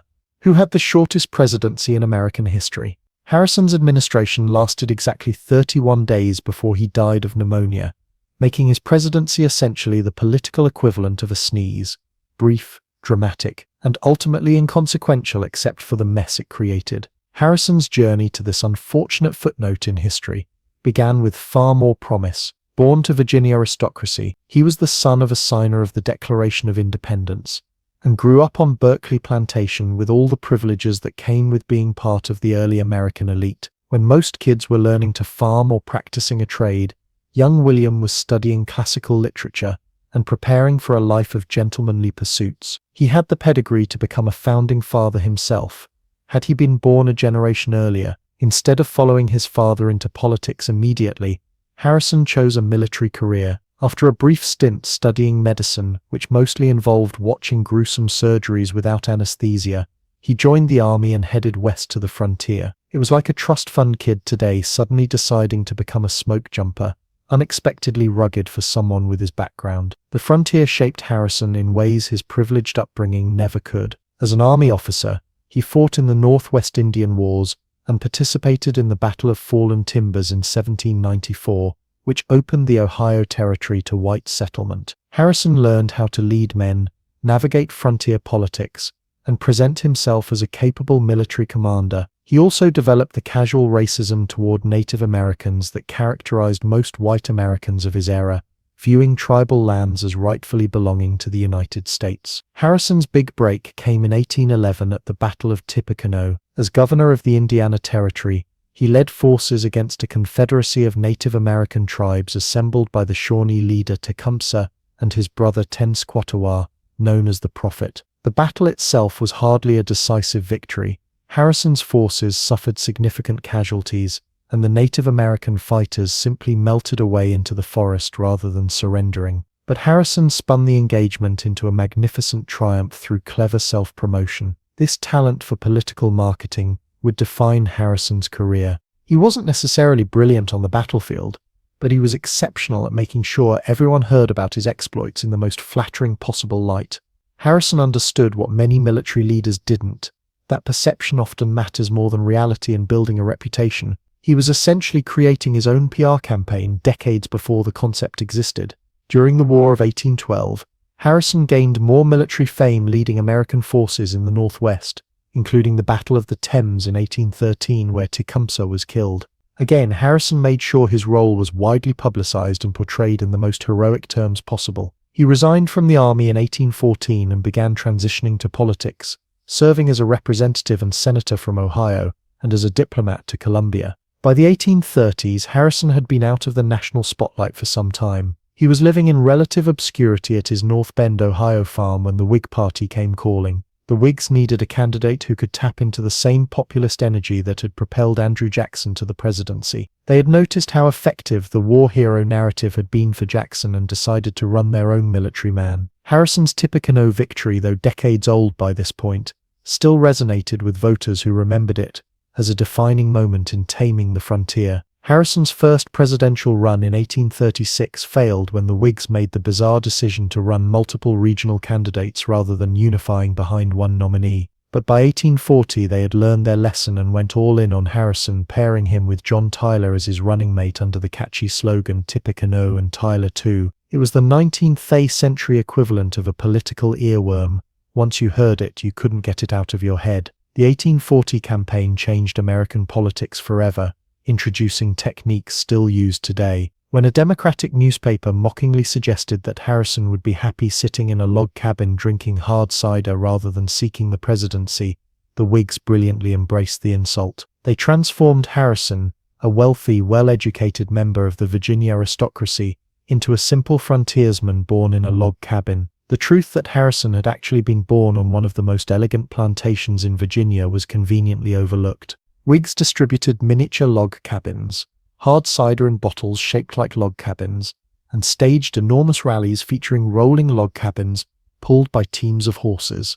They weaponized symbolism in a way no previous campaign had done, creating an entire fictional persona for their candidate that connected with ordinary Americans. Harrison barely campaigned himself, letting the Whig organization handle everything while he stayed vague on actual policies. It was like watching the invention of modern political marketing in real time. Create an appealing image, repeat it endlessly, and don't distract voters with pesky details about what you'll actually do in office. The strategy worked brilliantly. Harrison defeated incumbent President Martin Van Buren in a landslide, riding a wave of log cabin mythology and economic frustration following the Panic of 1837. He was 68 years old when he won, making him the oldest person elected president up to that time, a record that would stand until Ronald Reagan's election 140 years later. Harrison arrived in Washington, eager to prove himself as more than just a campaign creation. Determined to show his vigor and toughness, he delivered the longest inaugural address in American history, an 445-word marathon that took over 2 hours to read. He wrote it himself, stuffing it with classical references and historical allusions to demonstrate his erudition. The speech was so boring that it probably would have killed some of the attendees if they hadn't been standing in freezing weather that kept them alert through sheer discomfort. And there's the tragic irony. Harrison delivered this epic address outdoors on a cold, wet March day without wearing a coat, hat, or gloves. Whether to prove his frontier toughness or simply through poor judgment, he stood exposed to the elements for hours. The conventional story is that this led directly to him catching pneumonia, though modern historians suggest he likely contracted typhoid fever from the White House's contaminated water supply. Either way, the result was the same. Harrison fell ill within days of taking office. For the next 3 weeks, Harrison battled his illness while trying to establish his administration. Doctors applied the standard medical treatments of the era, which basically involved making a sick person even more miserable through bleeding, blistering, and administering toxic compounds that did more harm than good. Harrison never had a chance against both his disease and his doctors. He died on April 4, 1841, exactly 1 month after his inauguration. Harrison's death triggered the first presidential succession crisis in American history. The Constitution wasn't entirely clear about whether the vice president actually became president or merely assumed presidential powers temporarily. John Tyler, Harrison's running mate, decisively settled the question by immediately moving into the White House, taking the oath of office, and insisting on being addressed as President Tyler rather than acting president. This established the precedent that when a president dies, the vice president fully assumes the office, a precedent later formalized in the 25th Amendment. The ultimate irony of Harrison's presidency is that its greatest impact came from its premature end. His death elevated John Tyler, who turned out to hold very different views from the Whig Party that had nominated him. Tyler vetoed key Whig legislation, was expelled from the party, and became a president without a party, all because Harrison couldn't be bothered to wear a coat in March. Harrison's brief presidency left no legislative achievements, no executive orders of lasting significance, no treaties, no meaningful appointments, nothing except a cautionary tale about the fragility of life and the importance of appropriate outerwear. Even his most famous accomplishment, that endless inaugural address, is remembered only for its length and unfortunate consequences, rather than for any insights or memorable phrases it contained. Yet Harrison's campaign techniques revolutionized American politics. The use of catchy slogans, campaign merchandise, choreographed rallies, and the careful crafting of a candidate's image are all innovations that trace back to the log cabins and hard cider of 1840. Modern political consultants still use the Harrison playbook, creating narratives about candidates that may have only passing resemblance to reality, but connect emotionally with voters. William Henry Harrison serves as a reminder that in politics, as in life, timing is everything. The most carefully crafted plans can be undone by a simple virus. The most elaborate campaign can lead to the emptiest presidency. A man can spend decades building a reputation and have it reduced to a single trivial fact: shortest presidency ever. So next time you're bundling up against cold weather or suffering through a tedious speech, spare a thought for William Henry Harrison, the president who might have been remembered for something more substantial if he'd just shown the common sense to dress appropriately for the weather and edit his speech down to a reasonable length. Sometimes greatness isn't about what you accomplish, but simply about surviving long enough to accomplish anything at all.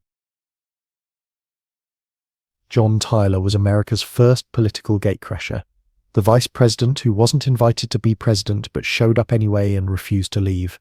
Imagine the awkward energy of someone who walks into a party through the wrong door, claims they're supposed to be there, and then starts rearranging the furniture. That was essentially Tyler's presidency, and it set the tone for one of the most bizarre administrations in American history. When the Whigs selected Tyler as William Henry Harrison's running mate in 1840, they weren't exactly expecting him to become president. Vice presidents in those days were chosen primarily for geographic balance, and to make the ticket more appealing to different factions. Tyler, a former Virginia governor and senator, was put on the ticket to appeal to Southerners while the Whigs focused their real excitement on Harrison, their log cabin hero. Tyler was the political equivalent of those free fries that come with your burger, nice to have, but nobody was ordering them specifically. The Whigs had clear plans for their Harrison administration. They had spent years opposing Andrew Jackson's strong presidency and wanted to restore power to Congress, specifically to their congressional leader, Henry Clay. Harrison was expected to be a figurehead who would defer to Clay and other Whig leaders. Vice President Tyler's role in this plan was simple: look presentable, break occasional Senate ties, and attend funerals the president didn't want to go to. Nobody bothered to check whether Tyler actually agreed with Whig policies, which turned out to be quite an oversight. It was like hiring someone based on their impressive suit without checking if they had any relevant qualifications or even wanted the job you were offering. Then Harrison inconveniently died after just a month in office, and suddenly Tyler was thrust into a role nobody had expected him to fill. The Constitution wasn't entirely clear on presidential succession. It stated that the powers and duties of the said office shall devolve on the vice president, but some argued this meant Tyler would be an acting president, not the actual president. Tyler decisively settled this question by immediately moving into the White House, taking the presidential oath, and insisting on being addressed as President Tyler rather than acting president or Vice President Tyler. When mail arrived addressed to the Vice President and acting president, Tyler sent it back unopened. The man had serious boundary-setting skills that modern therapists would applaud. This decisiveness established a critical precedent that would govern presidential succession until the 25th Amendment formally clarified the process 126 years later.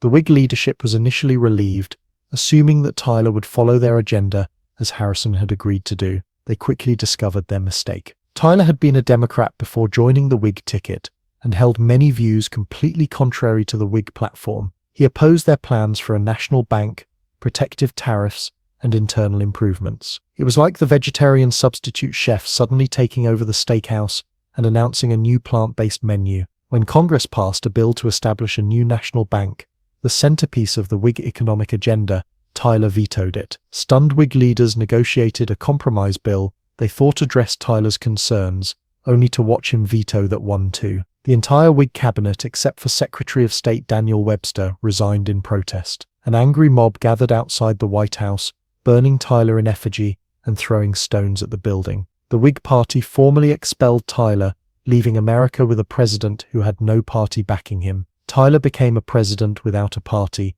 politically homeless, and opposed by both Democrats and Whigs. Newspapers referred to his accidency and treated his administration as an unfortunate detour until the next real president could be elected. One congressman proposed a constitutional amendment to allow for the removal of a president who had lost the confidence of Congress. Despite this unprecedented isolation, Tyler refused to be a caretaker president. He asserted his authority, vetoed bills he disagreed with, and actively pursued his own agenda. It was either admirable independence or stubborn contrarianism, depending on your perspective. Either way, it was a masterclass in not caring what people think about you. Tyler essentially spent 4 years as the most powerful unpopular kid in school. Tyler's personal life was as dramatic as his political situation. His first wife Letitia had died during his first year in office, leaving him a widower with 8 children. In a move that scandalized Washington society, the 54-year-old Tyler began courting 22-year-old Julia Gardner, daughter of a wealthy New York landowner. They met when Julia and her father visited the White House, and Tyler was immediately smitten.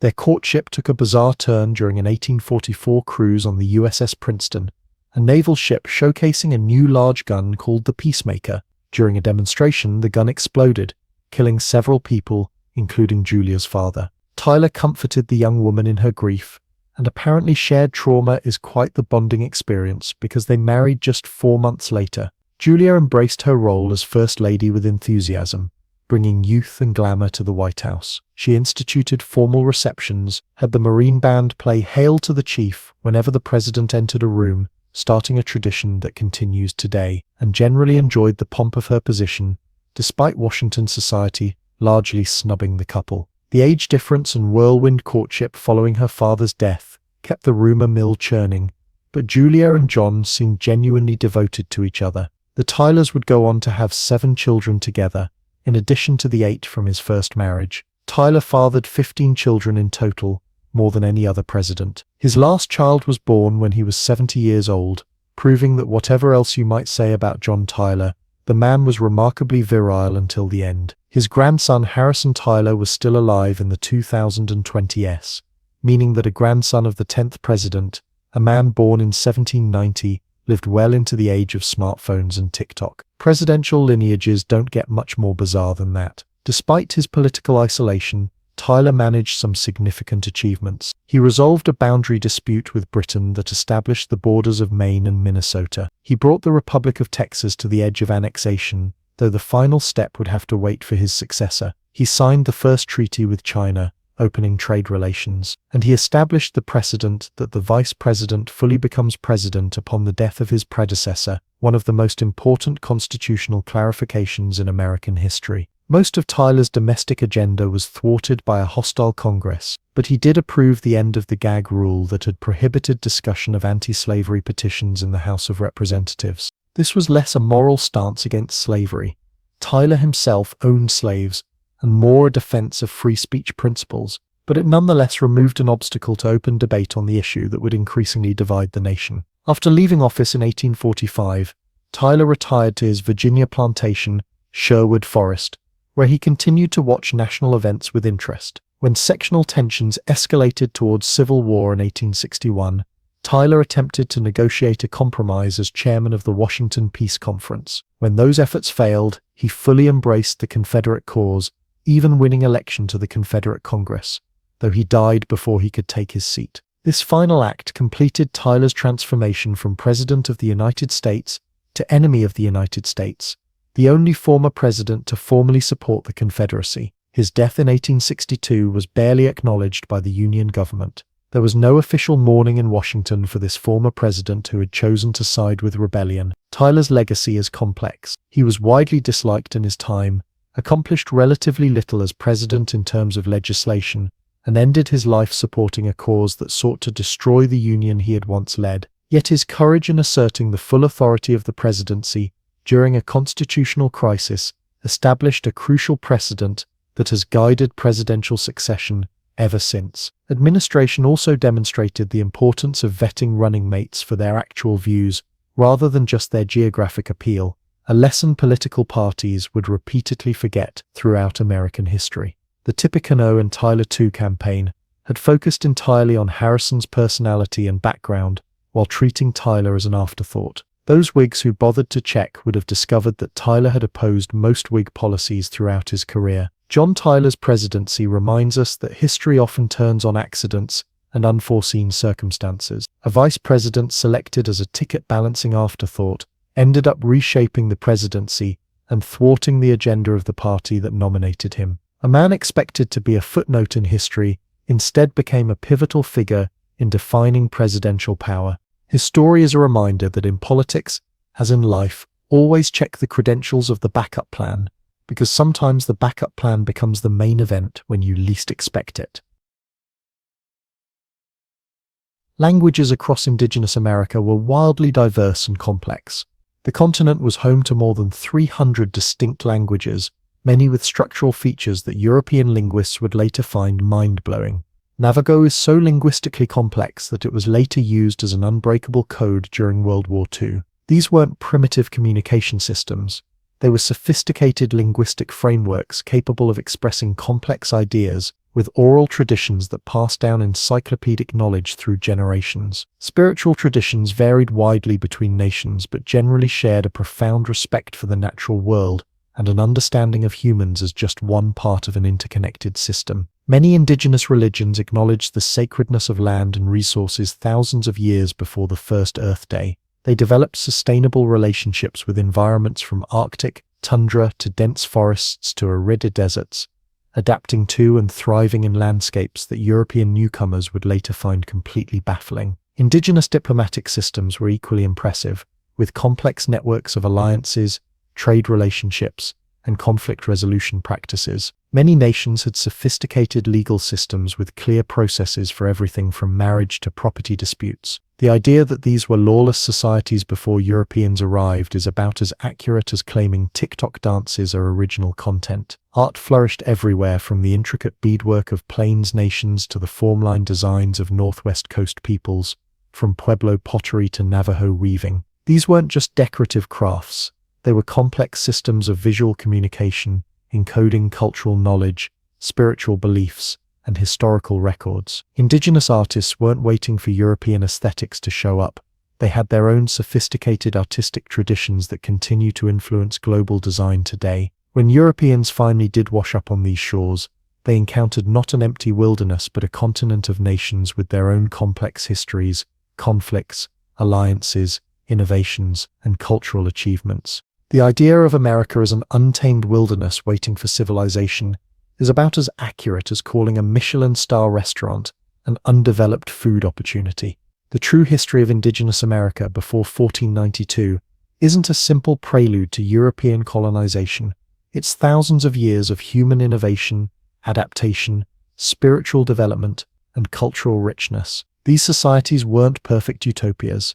They had conflicts, environmental challenges, and their own internal politics, but they were complete civilizations with their own trajectories. Had history taken a different turn, perhaps the Haudenosaunee political system might have spread across the continent, or Cahokia's urban planning might have evolved into something we can't even imagine. The knowledge systems developed by indigenous peoples over millennia contained solutions to problems we still face today: sustainable resource management, community resilience, and understanding human places within natural systems. As the sun set over the continent on the eve of European contact, indigenous America wasn't waiting for history to begin. History had been unfolding there for thousands of years, complex, sophisticated, and entirely complete on its own terms. The story of America didn't begin with ships appearing on the horizon. It had already been telling itself, in hundreds of languages, across thousands of communities, for longer than many European nations had existed. Imagine being so determined to find a shortcut to your favorite spice store that you accidentally bump into an entire continent and then stubbornly insist you meant to do that. Welcome to 1492, where Christopher Columbus pulled off perhaps the most consequential wrong turn in human history. Europe was desperate for a faster route to the wealth of Asia, and Columbus was just desperate enough to try sailing west instead of east. Spoiler alert, he didn't find Asia, but he did kick off one of history's most dramatic episodes of cultural misunderstanding. The late 15th century was a time when European fashion demanded spices, silk, and exotic goods from Asia. The problem? The land routes were controlled by the Ottoman Empire, which charged the medieval equivalent of highway robbery prices for passage. Portugal had been sailing around Africa to reach India, but that journey was about as quick and convenient as dial-up internet. Spain, not wanting to be left out of the get-rich-quick scheme that was global trade, decided to fund Columbus and his Wild West is best theory. Columbus set sail with 3 ships whose combined square footage was smaller than a modern suburban home. After weeks at sea, his crew was about ready to stage the world's first nautical mutiny when land appeared on the horizon. On October 12, 1492, Columbus stepped ashore on an island in the Bahamas, convinced he had reached the outskirts of Asia. He called the local Taino people Indians, and the name stuck, creating geographical confusion that persists to this day. Imagine being so confidently incorrect that your mistake lasts for centuries. The Taino greeted Columbus with gifts and hospitality, which Columbus interpreted as submission and an invitation to claim their land for Spain. This set the tone for European indigenous relations for the next several centuries. Complete misinterpretation followed by unwarranted land claims. Columbus made 3 more voyages to the Caribbean, never admitting he had found a new continent rather than Asia. He died in 1506, still believing he had reached the eastern edges of Asia, refusing to ask for directions to an entirely new level. News of Columbus's discovery spread across Europe faster than celebrity gossip. Soon the maritime powers of Europe were scrambling to get a piece of the action. In 1497, John Cabot, sailing for England, reached the coast of what is now Canada, becoming the first European since the Vikings to set foot on North American mainland. The Vikings, who had briefly settled in Newfoundland around 1000 CE, were probably watching from Valhalla thinking, "We told you so." Meanwhile, another Italian navigator, Amerigo Vespucci, was exploring the South American coast. Unlike Columbus, Vespucci actually realized he had found a new continent. His detailed writings impressed European mapmakers so much that they named the new lands America after him. Columbus discovers 4 new lands, and Vespucci gets the naming rights. History can be petty like that. Spain quickly established itself as the dominant power in the newly claimed territories. In 1519, Hernán Cortés marched into the heart of the Aztec Empire with a few hundred men and somehow managed to overthrow Emperor Montezuma. This unlikely victory was aided by indigenous allies who hated Aztec rule, European diseases that devastated native populations, and steel weapons that gave the Spanish a military edge sharper than their actual blades. Cortés claimed the Aztec capital of Tenochtitlan for Spain, renamed it Mexico City, and kicked off the Spanish colonial era in Central America. Francisco Pizarro pulled a similar move in Peru, overthrowing the Inca Empire with an equally small force in the 1530s. The Spanish conquest of these 2 powerful indigenous empires gave Spain access to unprecedented wealth in silver and gold. The Spanish crown basically hit the imperial lottery, and silver from American mines soon flooded European markets. This sudden influx of wealth changed the European economy dramatically. causing inflation that would have made modern economists reach for their anxiety medication. Spain set up a colonial system known as encomienda, where Spanish colonists were granted land and the right to demand labor from indigenous people living there. In theory, the colonists were supposed to protect and Christianize these people. In practice, it was about as protective as putting wolves in charge of sheep welfare. The system led to widespread abuse and contributed to the catastrophic decline in indigenous populations. This population decline was accelerated by the spread of European diseases. Indigenous Americans had no immunity to illnesses like smallpox, measles, and influenza. These diseases raced ahead of European settlement, killing vast numbers of people before they even saw a European face.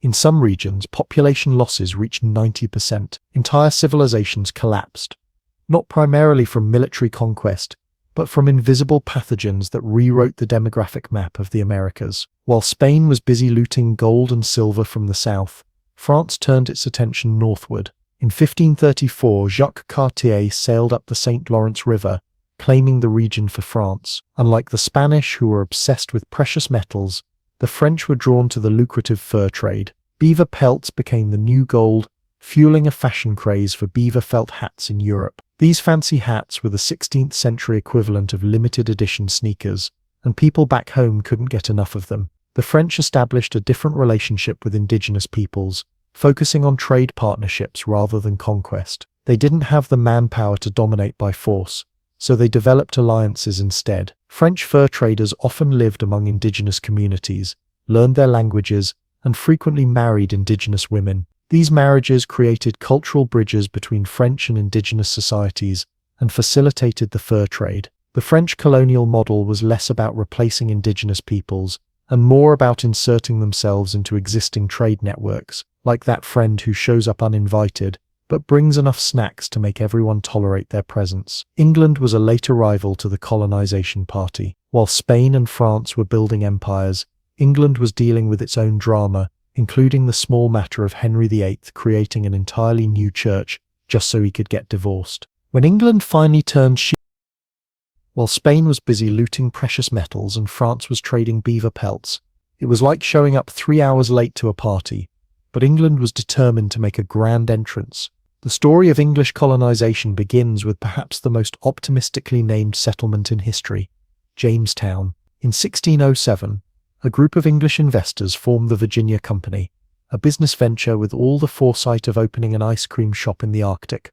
Their brilliant plan: send a bunch of gentlemen, goldsmiths and jewelers, people with absolutely zero survival skills, to establish a colony in North America.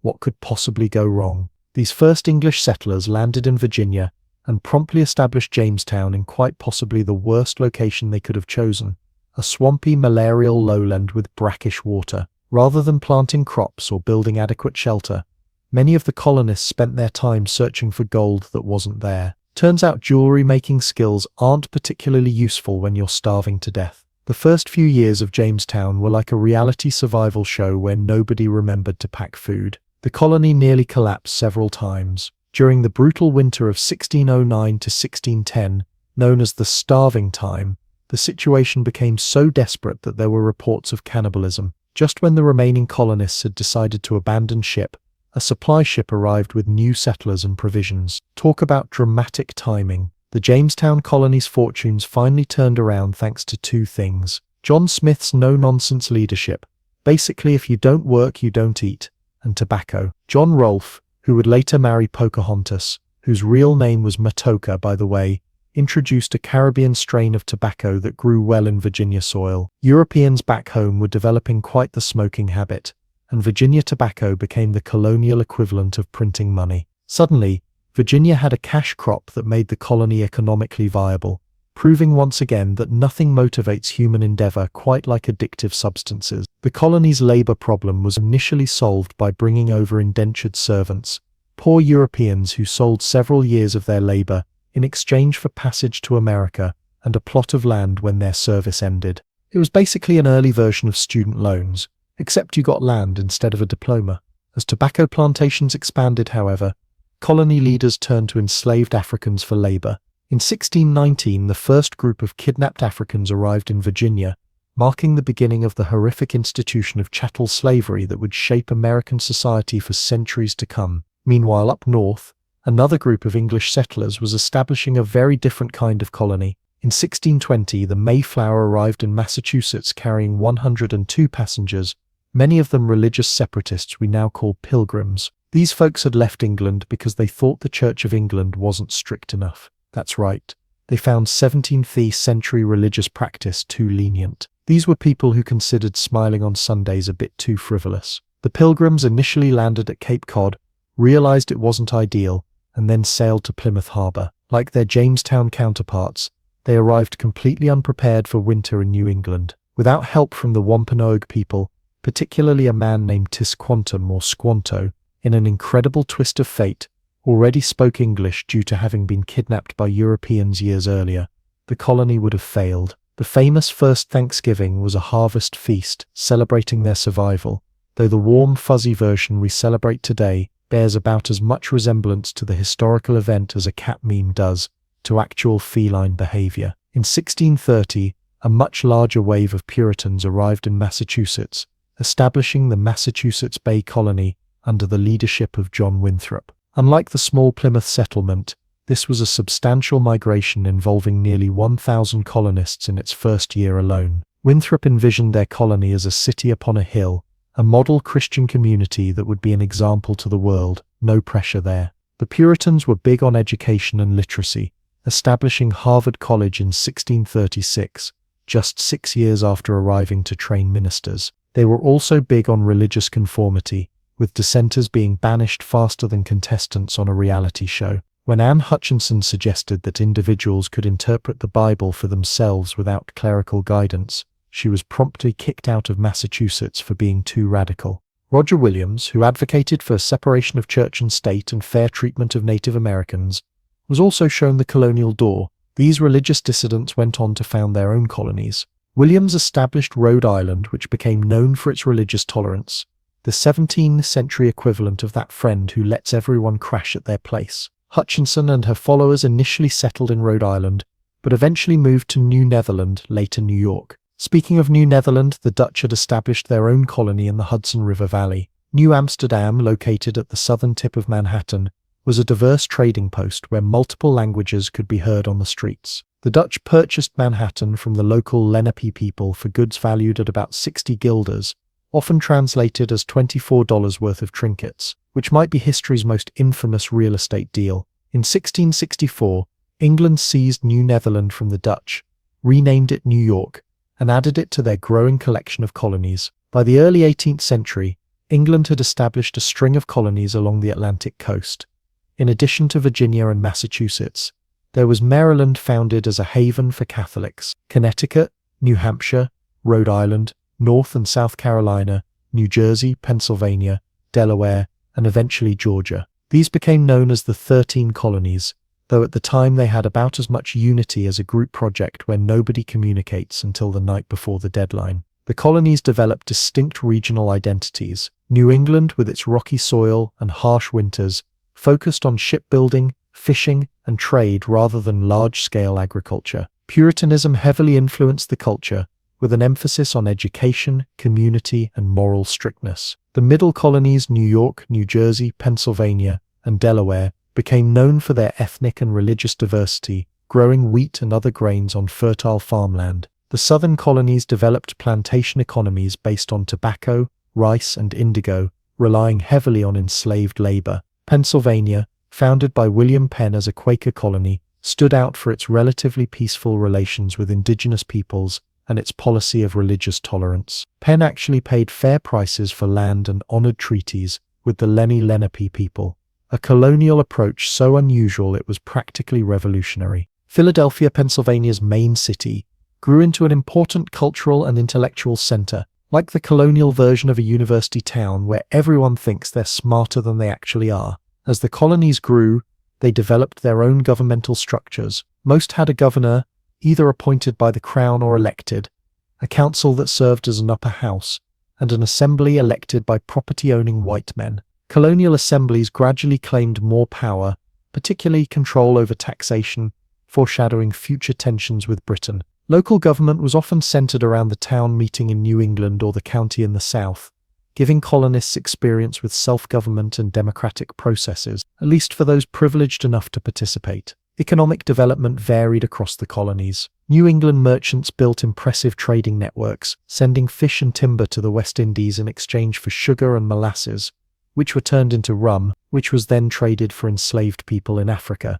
A horrific triangular trade that generated enormous profits. The middle colonies exported grain to Europe and the West Indies. Southern plantations produced cash crops for export while importing most manufactured goods from Britain. Colonial society was hierarchical but offered more opportunities for social mobility than Europe, at least for free white men. Land was relatively cheap and abundant from the colonists' perspective, ignoring that it was being taken from indigenous peoples, allowing many ordinary farmers to achieve a level of independence unimaginable in Europe.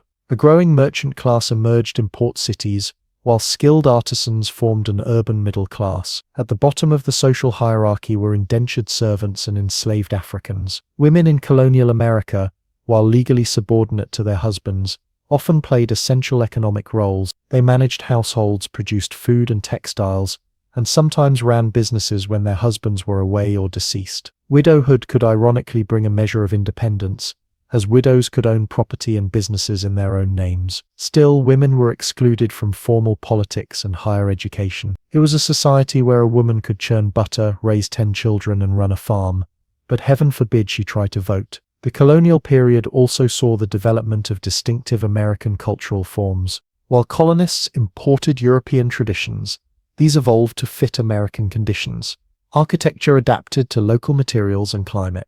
Cuisine incorporated indigenous ingredients like corn and squash. Religious practices, especially during the Great Awakening of the 1730s and 1740s, became more emotional and democratic, challenging established church hierarchies. Education varied widely across the colonies.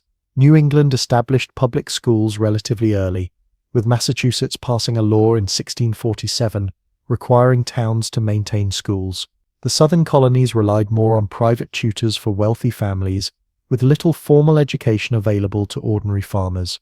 Higher education was limited to a handful of colleges, including Harvard, William and Mary, Yale, and later Princeton, primarily training ministers and lawyers. By the mid-18th century, the colonies had grown from fragile outposts to established societies with their own identities. The colonial population had reached about 1.5 million, including roughly 300,000 enslaved Africans. Colonial cities like Boston, New York, Philadelphia, and Charleston had become centers of trade and culture. Colonial Americans, while still seeing themselves as British subjects, had begun developing a distinct identity shaped by their distance from Britain, their frontier experience, and their diverse origins.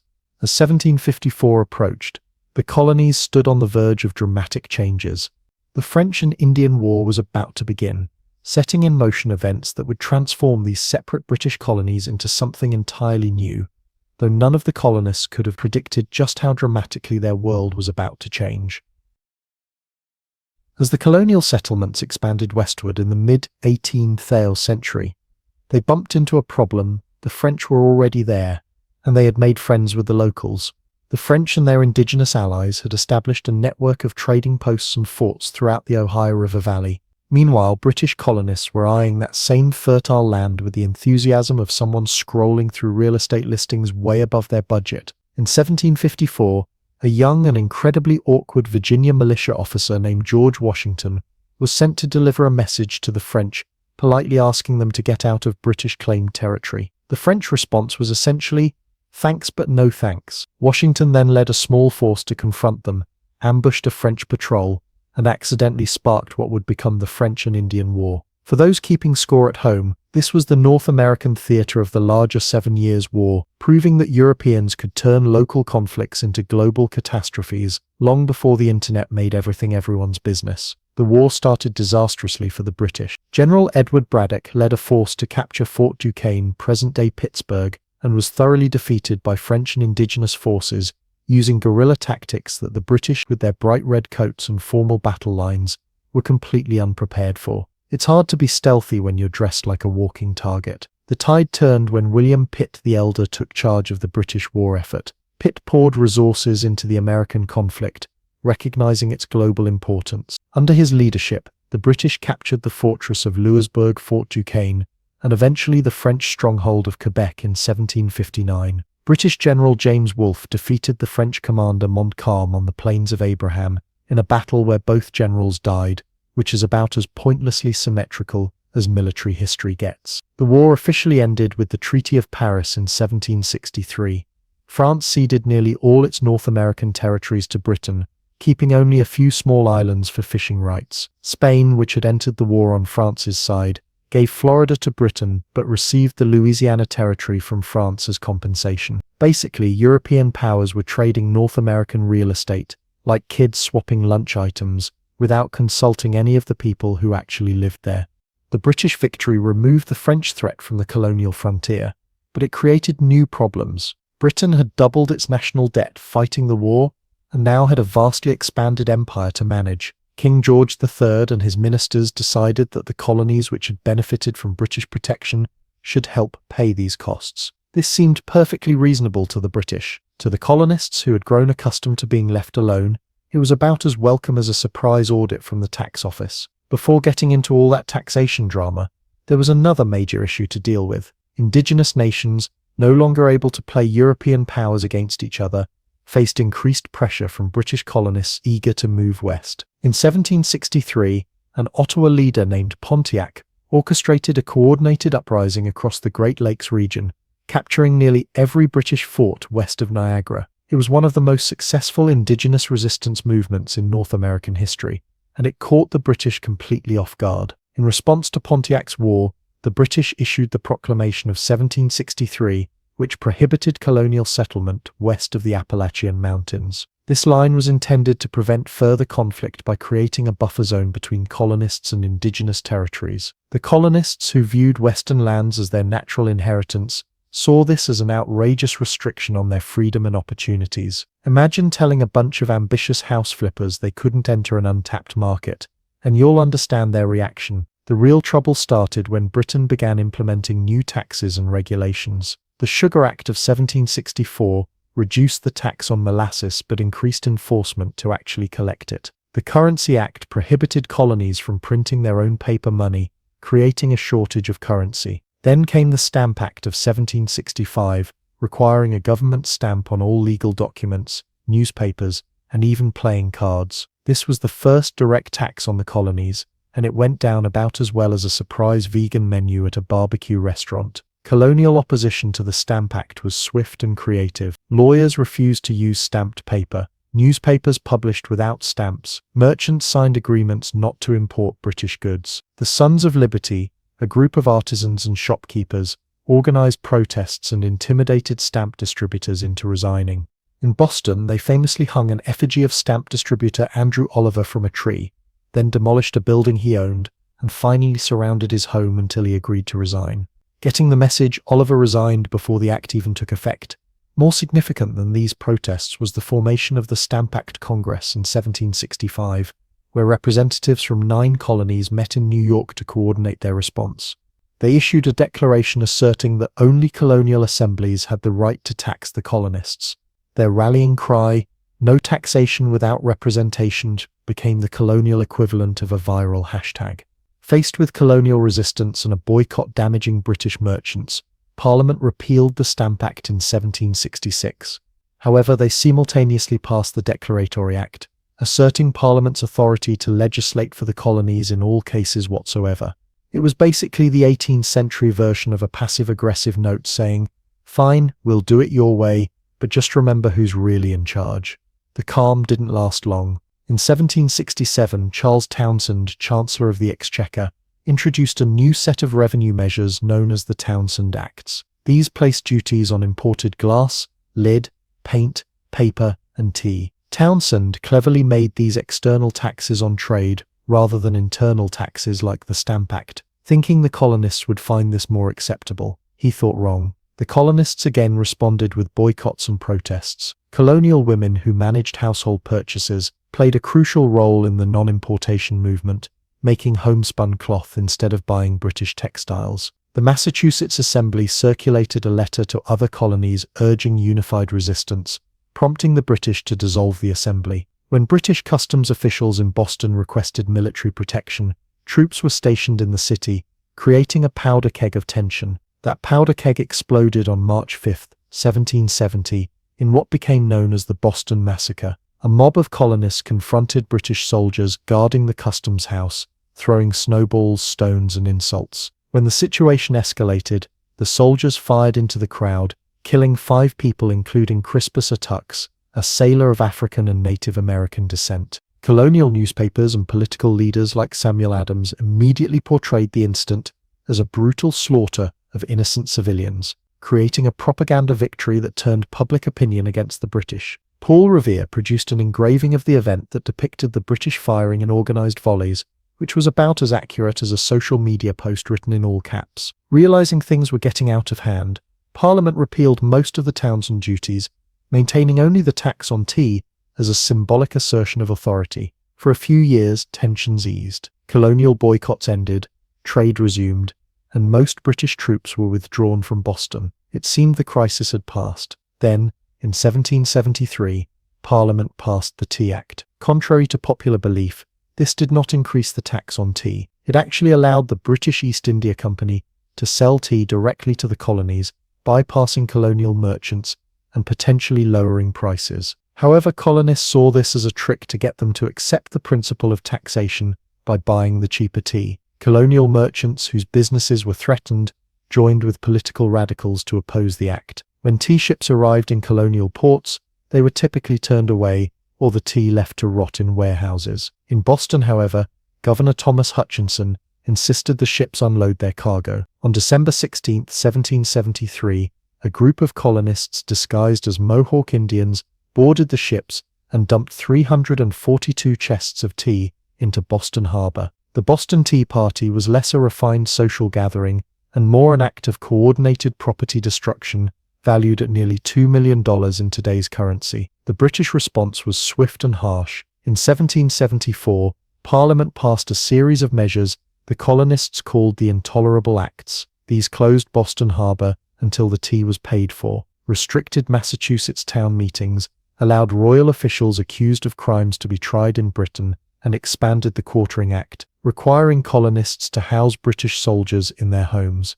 Additionally, the Quebec Act extended Quebec's boundaries into western lands claimed by the colonies and guaranteed French Canadians' right to practice Catholicism, which horrified the predominantly Protestant colonists. Rather than intimidating the colonies into submission, these acts united them in opposition. In September 1774, delegates from 12 colonies met in Philadelphia for the First Continental Congress. They endorsed a set of resolutions demanding the repeal of the Intolerable Acts, affirming colonial rights, and establishing a comprehensive boycott of British goods.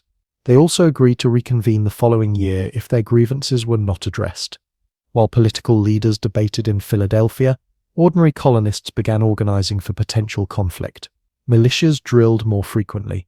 Communities stockpiled weapons and ammunition.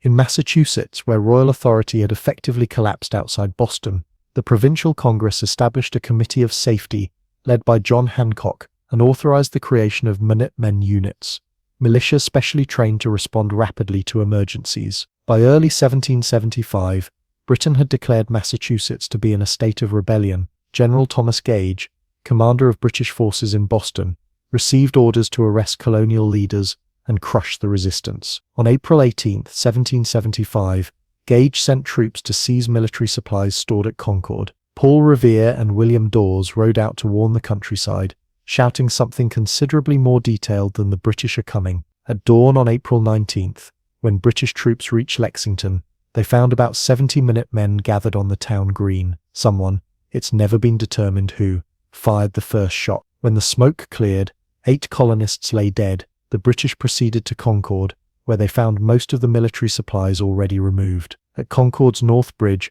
colonial militia fired on the British, forcing them to retreat. As the British marched back to Boston, thousands of militia from surrounding towns attacked them along the road, firing from behind trees, walls, and buildings. By the end of the day, 73 British soldiers and 49 colonists had been killed. More importantly, the political dispute had transformed into armed conflict. The American Revolution had begun. As Ralph Waldo Emerson would later write, the colonists had fired the shot heard round the world, though at the time, most of the world was probably not paying attention to this colonial squabble that would eventually change everything. As American doughboys returned from the muddy trenches of Europe, they came home to a nation that was about to embark on one of the most dramatic mood swings in history. The 1920s roared in with prosperity, wild cultural changes, and a national hangover policy called Prohibition, proving that even well-intentioned ideas can lead to spectacular disasters when people really want to party. World War I had transformed America from international debtor to creditor, supercharging the economy and setting the stage for unprecedented prosperity. American factories switched from producing bombs and bullets to cranking out consumer goods at a dizzying pace. The automobile industry led the way, with Ford's assembly line making cars affordable for ordinary Americans. By 1929, there was one car for every 5 Americans, creating a mobile society that would forever change dating, commerce, and the ability to escape family gatherings with plausible excuses about traffic. New technologies transformed daily life. Radios brought entertainment directly into living rooms, with commercial broadcasting beginning in 1920. By the decade's end, 40% of American households owned a radio, creating the first truly national mass medium. Refrigerators, washing machines, and vacuum cleaners reduced household drudgery, while telephones connected Americans across distances. Movies became a national obsession, with glamorous stars like Clara Bow and Rudolph Valentino creating the modern celebrity culture. It was consumerism on steroids, with Americans purchasing not just products but lifestyles and identities through their buying choices. These technological changes coincided with dramatic cultural shifts. The new woman of the 1920s, symbolized by the flapper, rejected Victorian restraints on female behavior. With bobbed hair, shortened skirts, and public smoking and drinking, these women embraced a new sexual freedom that scandalized older generations. They had gained political voice through the 19th Amendment 1920, which finally granted women the right to vote nationwide after decades of suffragist activism. It was like America's daughters collectively decided to stop asking permission and start making their own rules. African American culture flourished during the Harlem Renaissance, as writers like Langston Hughes and Zora Neale Hurston, musicians like Duke Ellington and Louis Armstrong, and artists like Aaron Douglas created works exploring Black identity and experience. Jazz, born in New Orleans but reaching maturity in Chicago and New York, became America's most distinctive musical form and the soundtrack of the era. White Americans increasingly embraced aspects of Black culture, even as Jim Crow segregation and racial violence remained entrenched. This cultural vibrancy existed alongside powerful conservative forces. The most spectacular example was Prohibition, which banned the manufacture, sale, and transportation of alcoholic beverages beginning in 1920. Intended to reduce crime, poverty, and family violence associated with alcohol abuse, Prohibition instead created a massive black market controlled by organized crime.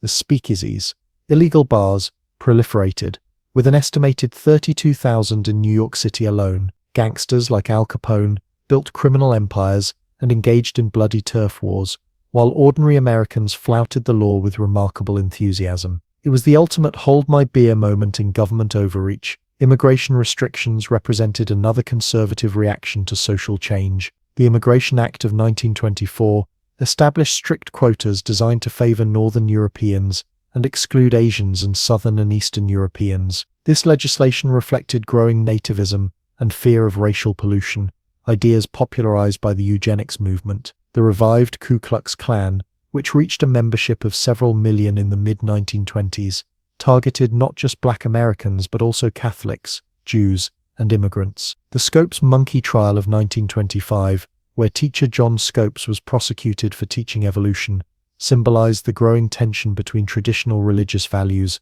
and modernism. Despite these cultural conflicts, the business of America in the 1920s was, as President Calvin Coolidge observed, business. Republican administrations pursued pro-business policies, cutting taxes and regulations, while appointing industry leaders to government positions. The economy boomed, with the stock market more than quadrupling between 1921 and 1929. Americans increasingly purchased goods on credit and invested in stocks, often buying on margin with borrowed money. It seemed like a never-ending party, with everyone getting rich on paper and living beyond their means. Beneath this prosperity, however, lurked serious structural problems. Wealth inequality reached extreme levels, with the top 1% of Americans controlling about a third of all wealth. Farmers never shared in the decade's prosperity, struggling with low crop prices and high debt.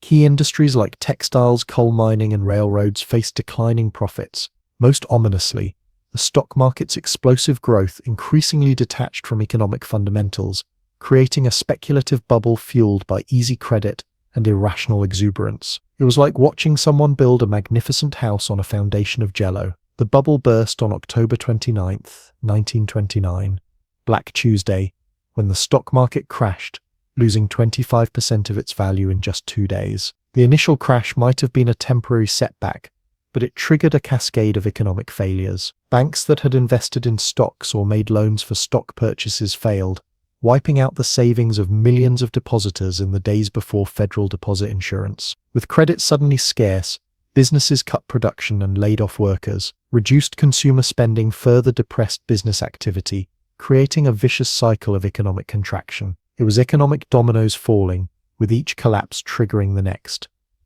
By 1932, the Great Depression had reached catastrophic proportions. Industrial production had fallen by more than half. 1/4 of the workforce, about 15 million Americans, was unemployed. Those who kept their jobs often faced severe wage cuts. Banks continued to fail, with 5,000 closing in 1932 alone. Farmers faced foreclosure as crop prices plunged, with wheat falling from $1.45 per bushel in 1929 to just 49 cents by 1932. Homeless encampments dubbed Hoovervilles, named with bitter irony after President Herbert Hoover, sprang up across the country. Breadlines and soup kitchens became fixtures in American cities. The nation's confidence, like its economy, had collapsed. Hoover, a successful businessman and engineer who had coordinated humanitarian relief in Europe after World War I, seemed uniquely qualified to handle an economic crisis. Yet his response proved inadequate to the Depression's scale.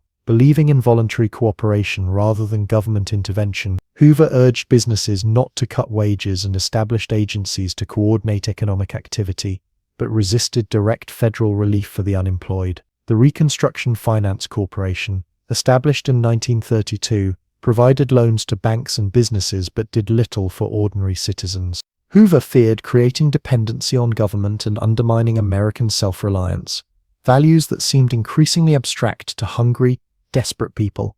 The 1932 election brought Franklin D. Roosevelt to the presidency with a mandate for bold action. FDR projected optimism and energy, declaring in his inaugural address that the only thing we have to fear is fear itself. His first 100 days saw a whirlwind of legislation that fundamentally transformed the relationship between Americans and their government. The banking holiday temporarily closed all banks for inspection, restoring public confidence in the financial system. The Federal Deposit Insurance Corporation protected bank deposits, while the Securities and Exchange Commission regulated the stock market to prevent future speculation-driven crashes. Relief programs like the Civilian Conservation Corps and Civil Works Administration provided jobs for the unemployed, while the Federal Emergency Relief Administration offered direct assistance to the neediest. The Agricultural Adjustment Administration addressed farm problems by paying farmers to reduce production, raising crop prices. The National Recovery Administration established codes for fair competition in industry,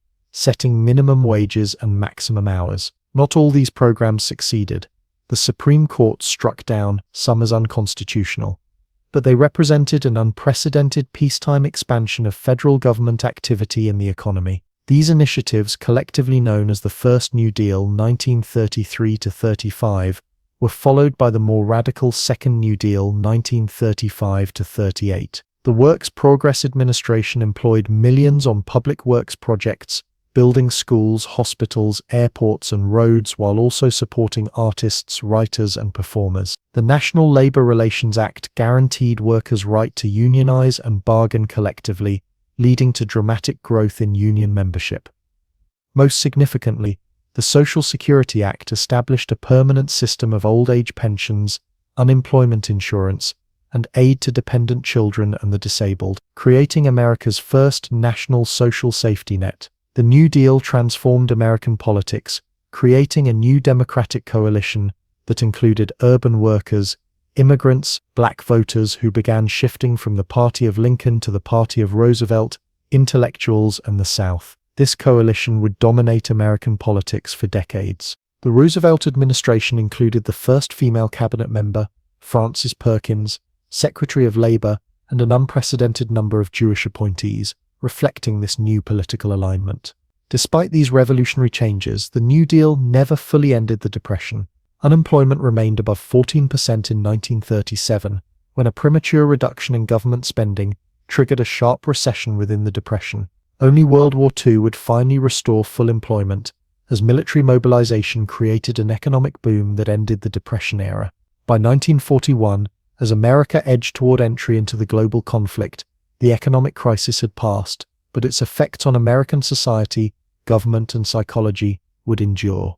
The Great Depression transformed Americans' expectations of government, which now assumed responsibility for maintaining economic stability and providing a basic level of security for citizens. It altered financial systems, labor relations, and farming practices. It left physical legacies in the form of dams, bridges, schools, and artworks created by New Deal programs. Perhaps most significantly, it shaped a generation's worldview, teaching hard lessons about economic vulnerability and interdependence that would influence American politics and culture for decades to come. As America was climbing out of the Great Depression, the world was descending into chaos. Nazi Germany and Imperial Japan were on the march, gobbling up territory with the enthusiasm of hungry kids at an all-you-can-eat buffet. Meanwhile, the United States was caught between isolationist instincts and growing alarm at fascist aggression. Americans overwhelmingly wanted to stay out of another European war, believing World War I had been a costly mistake that accomplished little. It was the geopolitical equivalent of saying, "Not my circus, not my monkeys." When war erupted in Europe in September 1939, President Franklin Roosevelt declared American neutrality while privately favoring the Allied cause. He walked a political tightrope, pushing the boundaries of neutrality to support Britain, while assuring the American public they would stay out of the fighting. The Lend-Lease program, enacted in March 1941, allowed America to send military supplies to Britain, the Soviet Union, and other Allied nations while technically remaining non-belligerent. Roosevelt called it lending a garden hose to a neighbor whose house is on fire, though it was more like lending tanks and bombers to countries whose cities were being bombed. Japan's surprise attack on Pearl Harbor on December 7, 1941,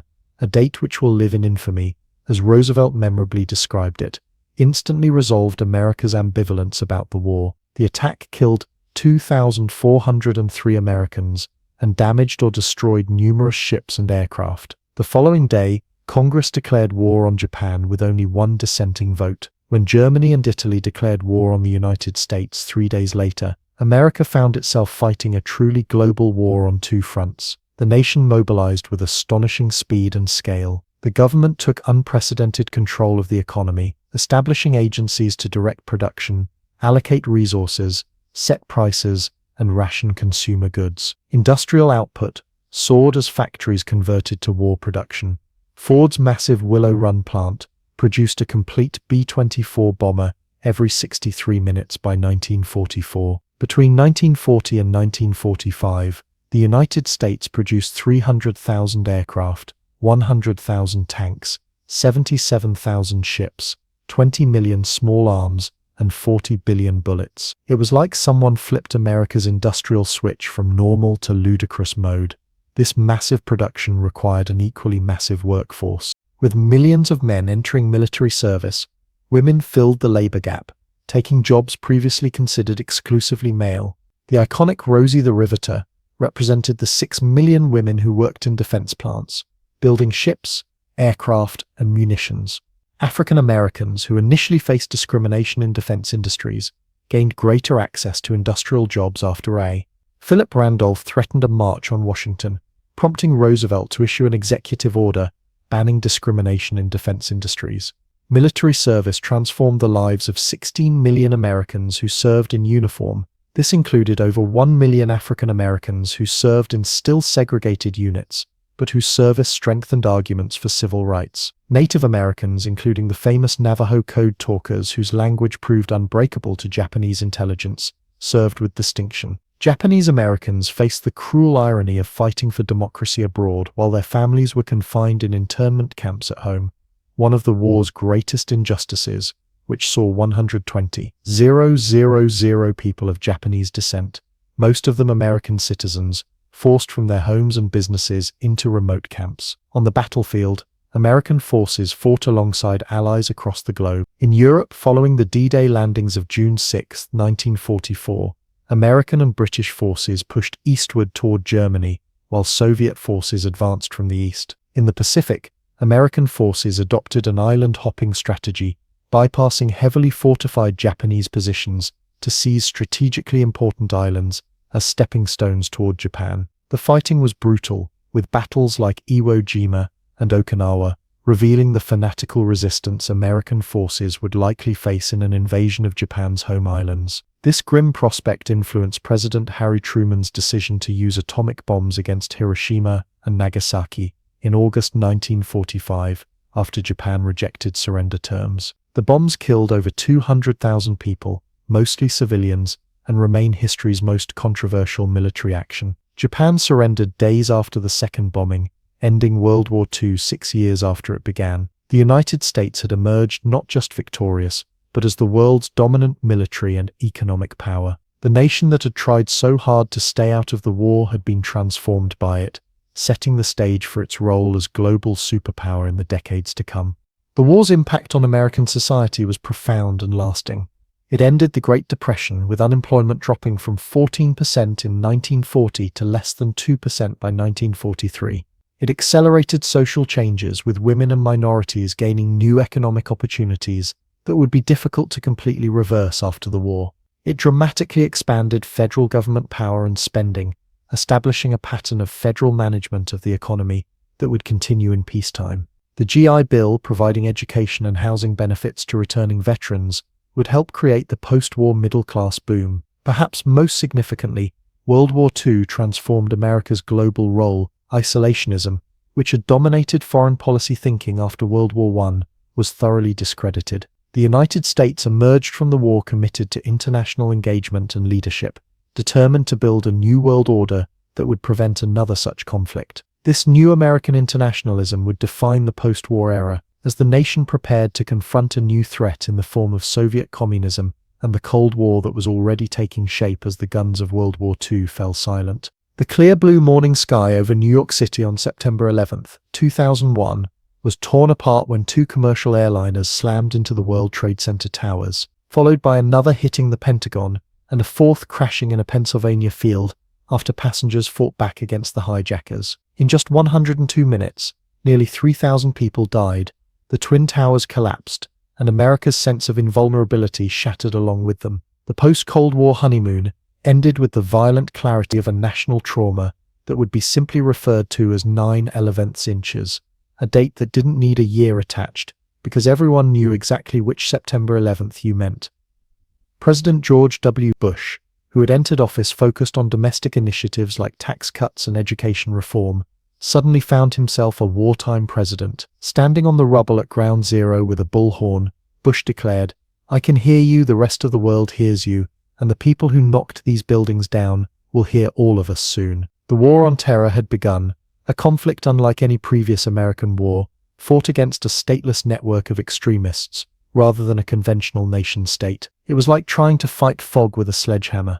The immediate response came in Afghanistan, where the ruling Taliban had sheltered al-Qaeda and its leader, Osama bin Laden. Forces working with Afghan Northern Alliance fighters quickly toppled the Taliban government, though bin Laden escaped into Pakistan. What began as a limited counter-terrorism operation evolved into America's longest war as the US became entangled in Afghanistan's complex tribal politics and attempted nation-building in a country historically resistant to foreign occupation. 20 years later, the Taliban would retake control following American withdrawal, raising painful questions about what was achieved despite the sacrifice of thousands of lives and trillions of dollars. The Bush administration then shifted focus to Iraq, arguing that dictator Saddam Hussein possessed weapons of mass destruction and had connections to terrorist groups. Despite international skepticism and massive global protests, American and Allied forces invaded Iraq in March 2003, quickly defeating Iraq's conventional military. Bush triumphantly declared, "Mission accomplished" on an aircraft carrier in May, but the real challenges were just beginning. No weapons of mass destruction were found, undermining the war's primary justification. The decision to disband the Iraqi army and purge Ba'ath Party members from government created a security vacuum and pool of resentful, unemployed men. Insurgency and sectarian violence erupted, claiming thousands of American and coalition lives and hundreds of thousands of Iraqi civilians. It was like successfully performing surgery to remove a benign tumor, only to accidentally sever an artery in the process. At home, the attacks prompted significant changes in American government and society. The Department of Homeland Security was created, consolidating numerous agencies under a single cabinet department. The USA Patriot Act expanded government surveillance powers, raising concerns about civil liberties. Airport security transformed dramatically, with the Transportation Security Administration, TSA, implementing screening procedures that would have seemed unimaginably intrusive before 9/11. Americans generally accepted these measures as necessary for security, though debates continued about the proper balance between safety and freedom. The attacks also initially united Americans across political divides, with Bush's approval rating reaching 90% in the immediate aftermath, though this unity would prove short-lived. The wars eventually became deeply divisive, particularly as the Iraq conflict devolved into a bloody occupation with no clear exit strategy. Revelations about enhanced interrogation techniques, widely condemned as torture, secret CIA prisons, and the detention of suspected terrorists at Guantanamo Bay without trial damaged America's moral standing. The Abu Ghraib prison scandal, where photos showed American soldiers abusing Iraqi detainees, shocked the world and undermined claims that the US was bringing democracy and human rights to the region. These controversies reflected the difficult ethical questions raised by fighting an unconventional enemy who didn't follow international norms of warfare, but they also revealed how fear could erode America's commitment to its proclaimed values. While focused on external threats, the US faced a devastating economic crisis at home. The housing market, fueled by low interest rates, subprime mortgages, and financial innovations like mortgage-backed securities, created a bubble that began to collapse in 2007. Major financial institutions that had bet heavily on continuing house price increases faced insolvency. The September 2008 failure of Lehman Brothers triggered a global financial panic, freezing credit markets and threatening the entire banking system. The Bush administration and Federal Reserve took emergency measures, including a $700 billion bank bailout that was deeply unpopular with the public, but deemed necessary to prevent economic collapse. It was like watching arsonists who burned down the financial neighborhood get rescued while homeowners were left to sift through the ashes. The resulting Great Recession was the worst economic downturn since the 1930s. Unemployment doubled to 10%, millions lost their homes to foreclosure, and retirement accounts lost trillions in value. The crisis highlighted growing inequality in American society as Wall Street recovered relatively quickly while Main Street struggled for years. It also revealed systemic problems in financial regulation, corporate governance, and economic policy that had developed over decades. The recession's effects would linger long after economic growth resumed, shaping a generation's economic expectations and political attitudes. This economic crisis formed the backdrop for Barack Obama's historic election as America's first black president in 2008. Running on themes of hope and change, Obama represented a symbolic break with the past and promised a new direction in both domestic and foreign policy. His election reflected America's racial progress but also unleashed undercurrents of racial resentment that would resurface throughout his presidency. His first major legislative achievement, the $787 billion American Recovery and Reinvestment Act, helped prevent a depression but proved insufficient to quickly restore full employment. Obama's signature domestic accomplishment was the Affordable Care Act,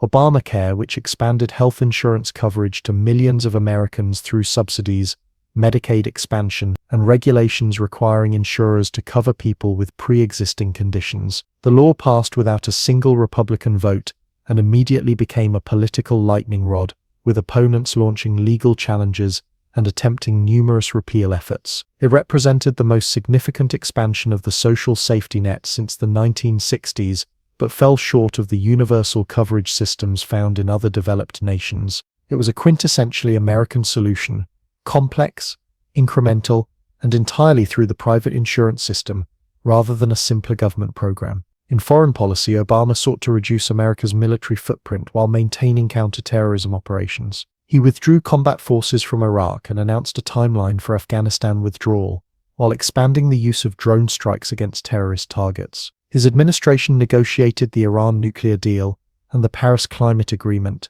emphasizing multilateral approaches to global challenges. In 2011, U.S. Special Forces killed Osama bin Laden in Pakistan, providing a measure of justice for 9/11's victims, but not ending the terrorist threat. That same year, the Arab Spring uprisings created new foreign policy challenges, particularly in Libya, where NATO intervention helped topple dictator Muammar Gaddafi, but left a failed state in its wake, and Syria, where civil war created a humanitarian catastrophe and allowed ISIS to establish a self-proclaimed caliphate spanning parts of Syria and Iraq. The Obama years saw deepening partisan polarization, with Republicans gaining control of the House in 2010 and the Senate in 2014. Congressional gridlock became the norm, with fewer major bills passed and more government shutdowns and debt ceiling crises. The Tea Party movement, which emerged in response to Obama's economic policies, pulled the Republican Party rightward and established a pattern of uncompromising opposition. Meanwhile,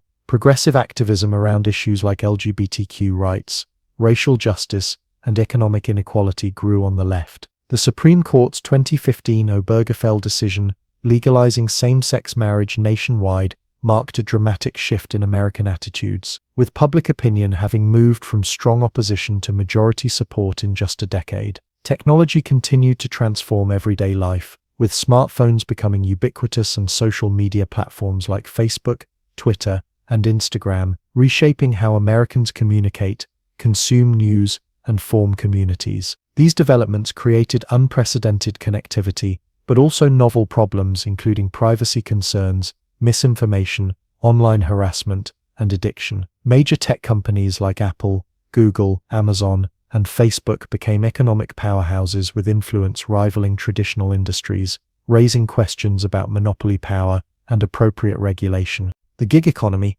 exemplified by companies like Uber and DoorDash, created flexible work opportunities but also undermined traditional employment relationships and benefits. The 2016 presidential election represented a political earthquake, with Donald Trump defeating Hillary Clinton despite losing the popular vote. A real estate developer and reality television star with no political experience ran an unconventional campaign focused on immigration restrictions, trade protectionism, and opposition to political correctness. His victory reflected deep dissatisfaction with the political establishment, economic anxiety in regions hit hard by deindustrialization, cultural concerns about demographic change, and effective use of social media to bypass traditional gatekeepers. Russian interference through hacked emails and social media manipulation added another controversial element, though its impact remains debated. Trump's presidency broke numerous political norms while pursuing a generally conservative policy agenda, including tax cuts, deregulation, and appointment of conservative judges. His confrontational communication style, frequent false statements, and willingness to attack institutions like the media, intelligence agencies, and the judiciary created constant controversy. His administration imposed travel restrictions on several Muslim-majority countries, attempted to end the DACA program for undocumented immigrants brought to the U.S. as children, withdrew from the Paris Climate Agreement and Iran nuclear deal, renegotiated NAFTA, and engaged in trade disputes with China and allies alike. Trump's personal conduct, including hush money payments to a porn star and comments caught on the Access Hollywood tape, boasting about sexual assault, would have ended previous political careers but seemed to have limited impact on his core support. The coronavirus pandemic that emerged in early 2020 became the defining crisis of Trump's presidency. COVID-19 spread globally, causing hundreds of thousands of American deaths and triggering the sharpest economic contraction since the Great Depression as businesses closed and travel halted. The Trump administration's response, characterized by early downplaying of the threat, resistance to mask wearing, conflicts with public health experts, and pushing states to reopen quickly, became highly politicized. The federal government provided trillions in economic relief through programs like the Paycheck Protection Program and enhanced unemployment benefits, preventing even worse economic damage. The rapid development of effective vaccines under Operation Warp Speed represented a scientific triumph, though vaccine hesitancy would later slow the pandemic's resolution. The 2020 election, conducted amid the pandemic with unprecedented levels of mail-in voting, resulted in Joe Biden defeating Trump after a campaign focused on restoring normalcy and national unity. Trump refused to concede, making false claims about election fraud that culminated in the January 6, 2021, Capitol riot, where his supporters violently attempted to prevent the certification of electoral votes. This unprecedented attack on the peaceful transfer of power resulted in Trump's second impeachment. First had occurred over pressuring Ukraine to investigate Biden, and raised profound questions about the health of American democracy. It was like watching the final episode of a reality show where the star refuses to leave the set even after being voted off. Biden took office facing multiple overlapping crises: the ongoing pandemic, economic recovery, climate change, racial inequities highlighted by the 2020 Black Lives Matter protests following George Floyd's murder, and deep political divisions. His administration prioritized COVID-19 response, accelerating vaccine distribution, and passing the $1.9 trillion American Rescue Plan. He later secured bipartisan infrastructure legislation and a significant climate and healthcare package branded as the Inflation Reduction Act. In foreign policy, Biden withdrew remaining forces from Afghanistan, leading to the chaotic fall of Kabul, while working to rebuild relationships with allies strained during the Trump years. The Russian invasion of Ukraine in 2022 created Europe's largest conflict since World War II, with the US providing extensive military aid to Ukraine while avoiding direct confrontation with nuclear-armed Russia. As the quarter-century mark of the 21st century approaches, America faces profound questions about its future. Democracy appears increasingly fragile, with election denialism, partisan redistricting, voting restrictions, and political violence threatening democratic norms. Economic inequality has reached levels not seen since the 1920s, with wealth increasingly concentrated among the very top. Technological change continues at a dizzying pace, with artificial intelligence promising further disruption to employment and social relationships. Climate change presents escalating challenges, from more frequent extreme weather events to long-term threats to coastal communities and agriculture. International competition, particularly with a rising China, creates new strategic challenges without the clarity of the Cold War's ideological divisions. Yet alongside these challenges, American society continues to demonstrate remarkable resilience and capacity for renewal. Movements for racial justice, gender equality, and environmental protection reflect ongoing efforts to create a more perfect union. Technological innovation offers potential solutions to seemingly intractable problems. Younger generations show increasing comfort with diversity and willingness to address long-standing social issues. The American experiment, the audacious attempt to create a diverse democratic society based on ideals rather than ethnic or religious identity, continues to evolve, facing new tests, but drawing on deep wellsprings of creativity, pragmatism, and idealism. The story of 21st century America remains unfinished, with the next chapters to be written not just by political leaders, but by ordinary citizens making daily choices about engagement, compassion, and commitment to shared democratic values. The challenges are formidable, but so too is the American capacity for reinvention and renewal. Like previous generations facing existential threats from civil war to economic depression to global conflict, today's Americans navigate between hope and fear, between cynicism and idealism, between fracture and unity, continuing the perpetual work of forming a more perfect union.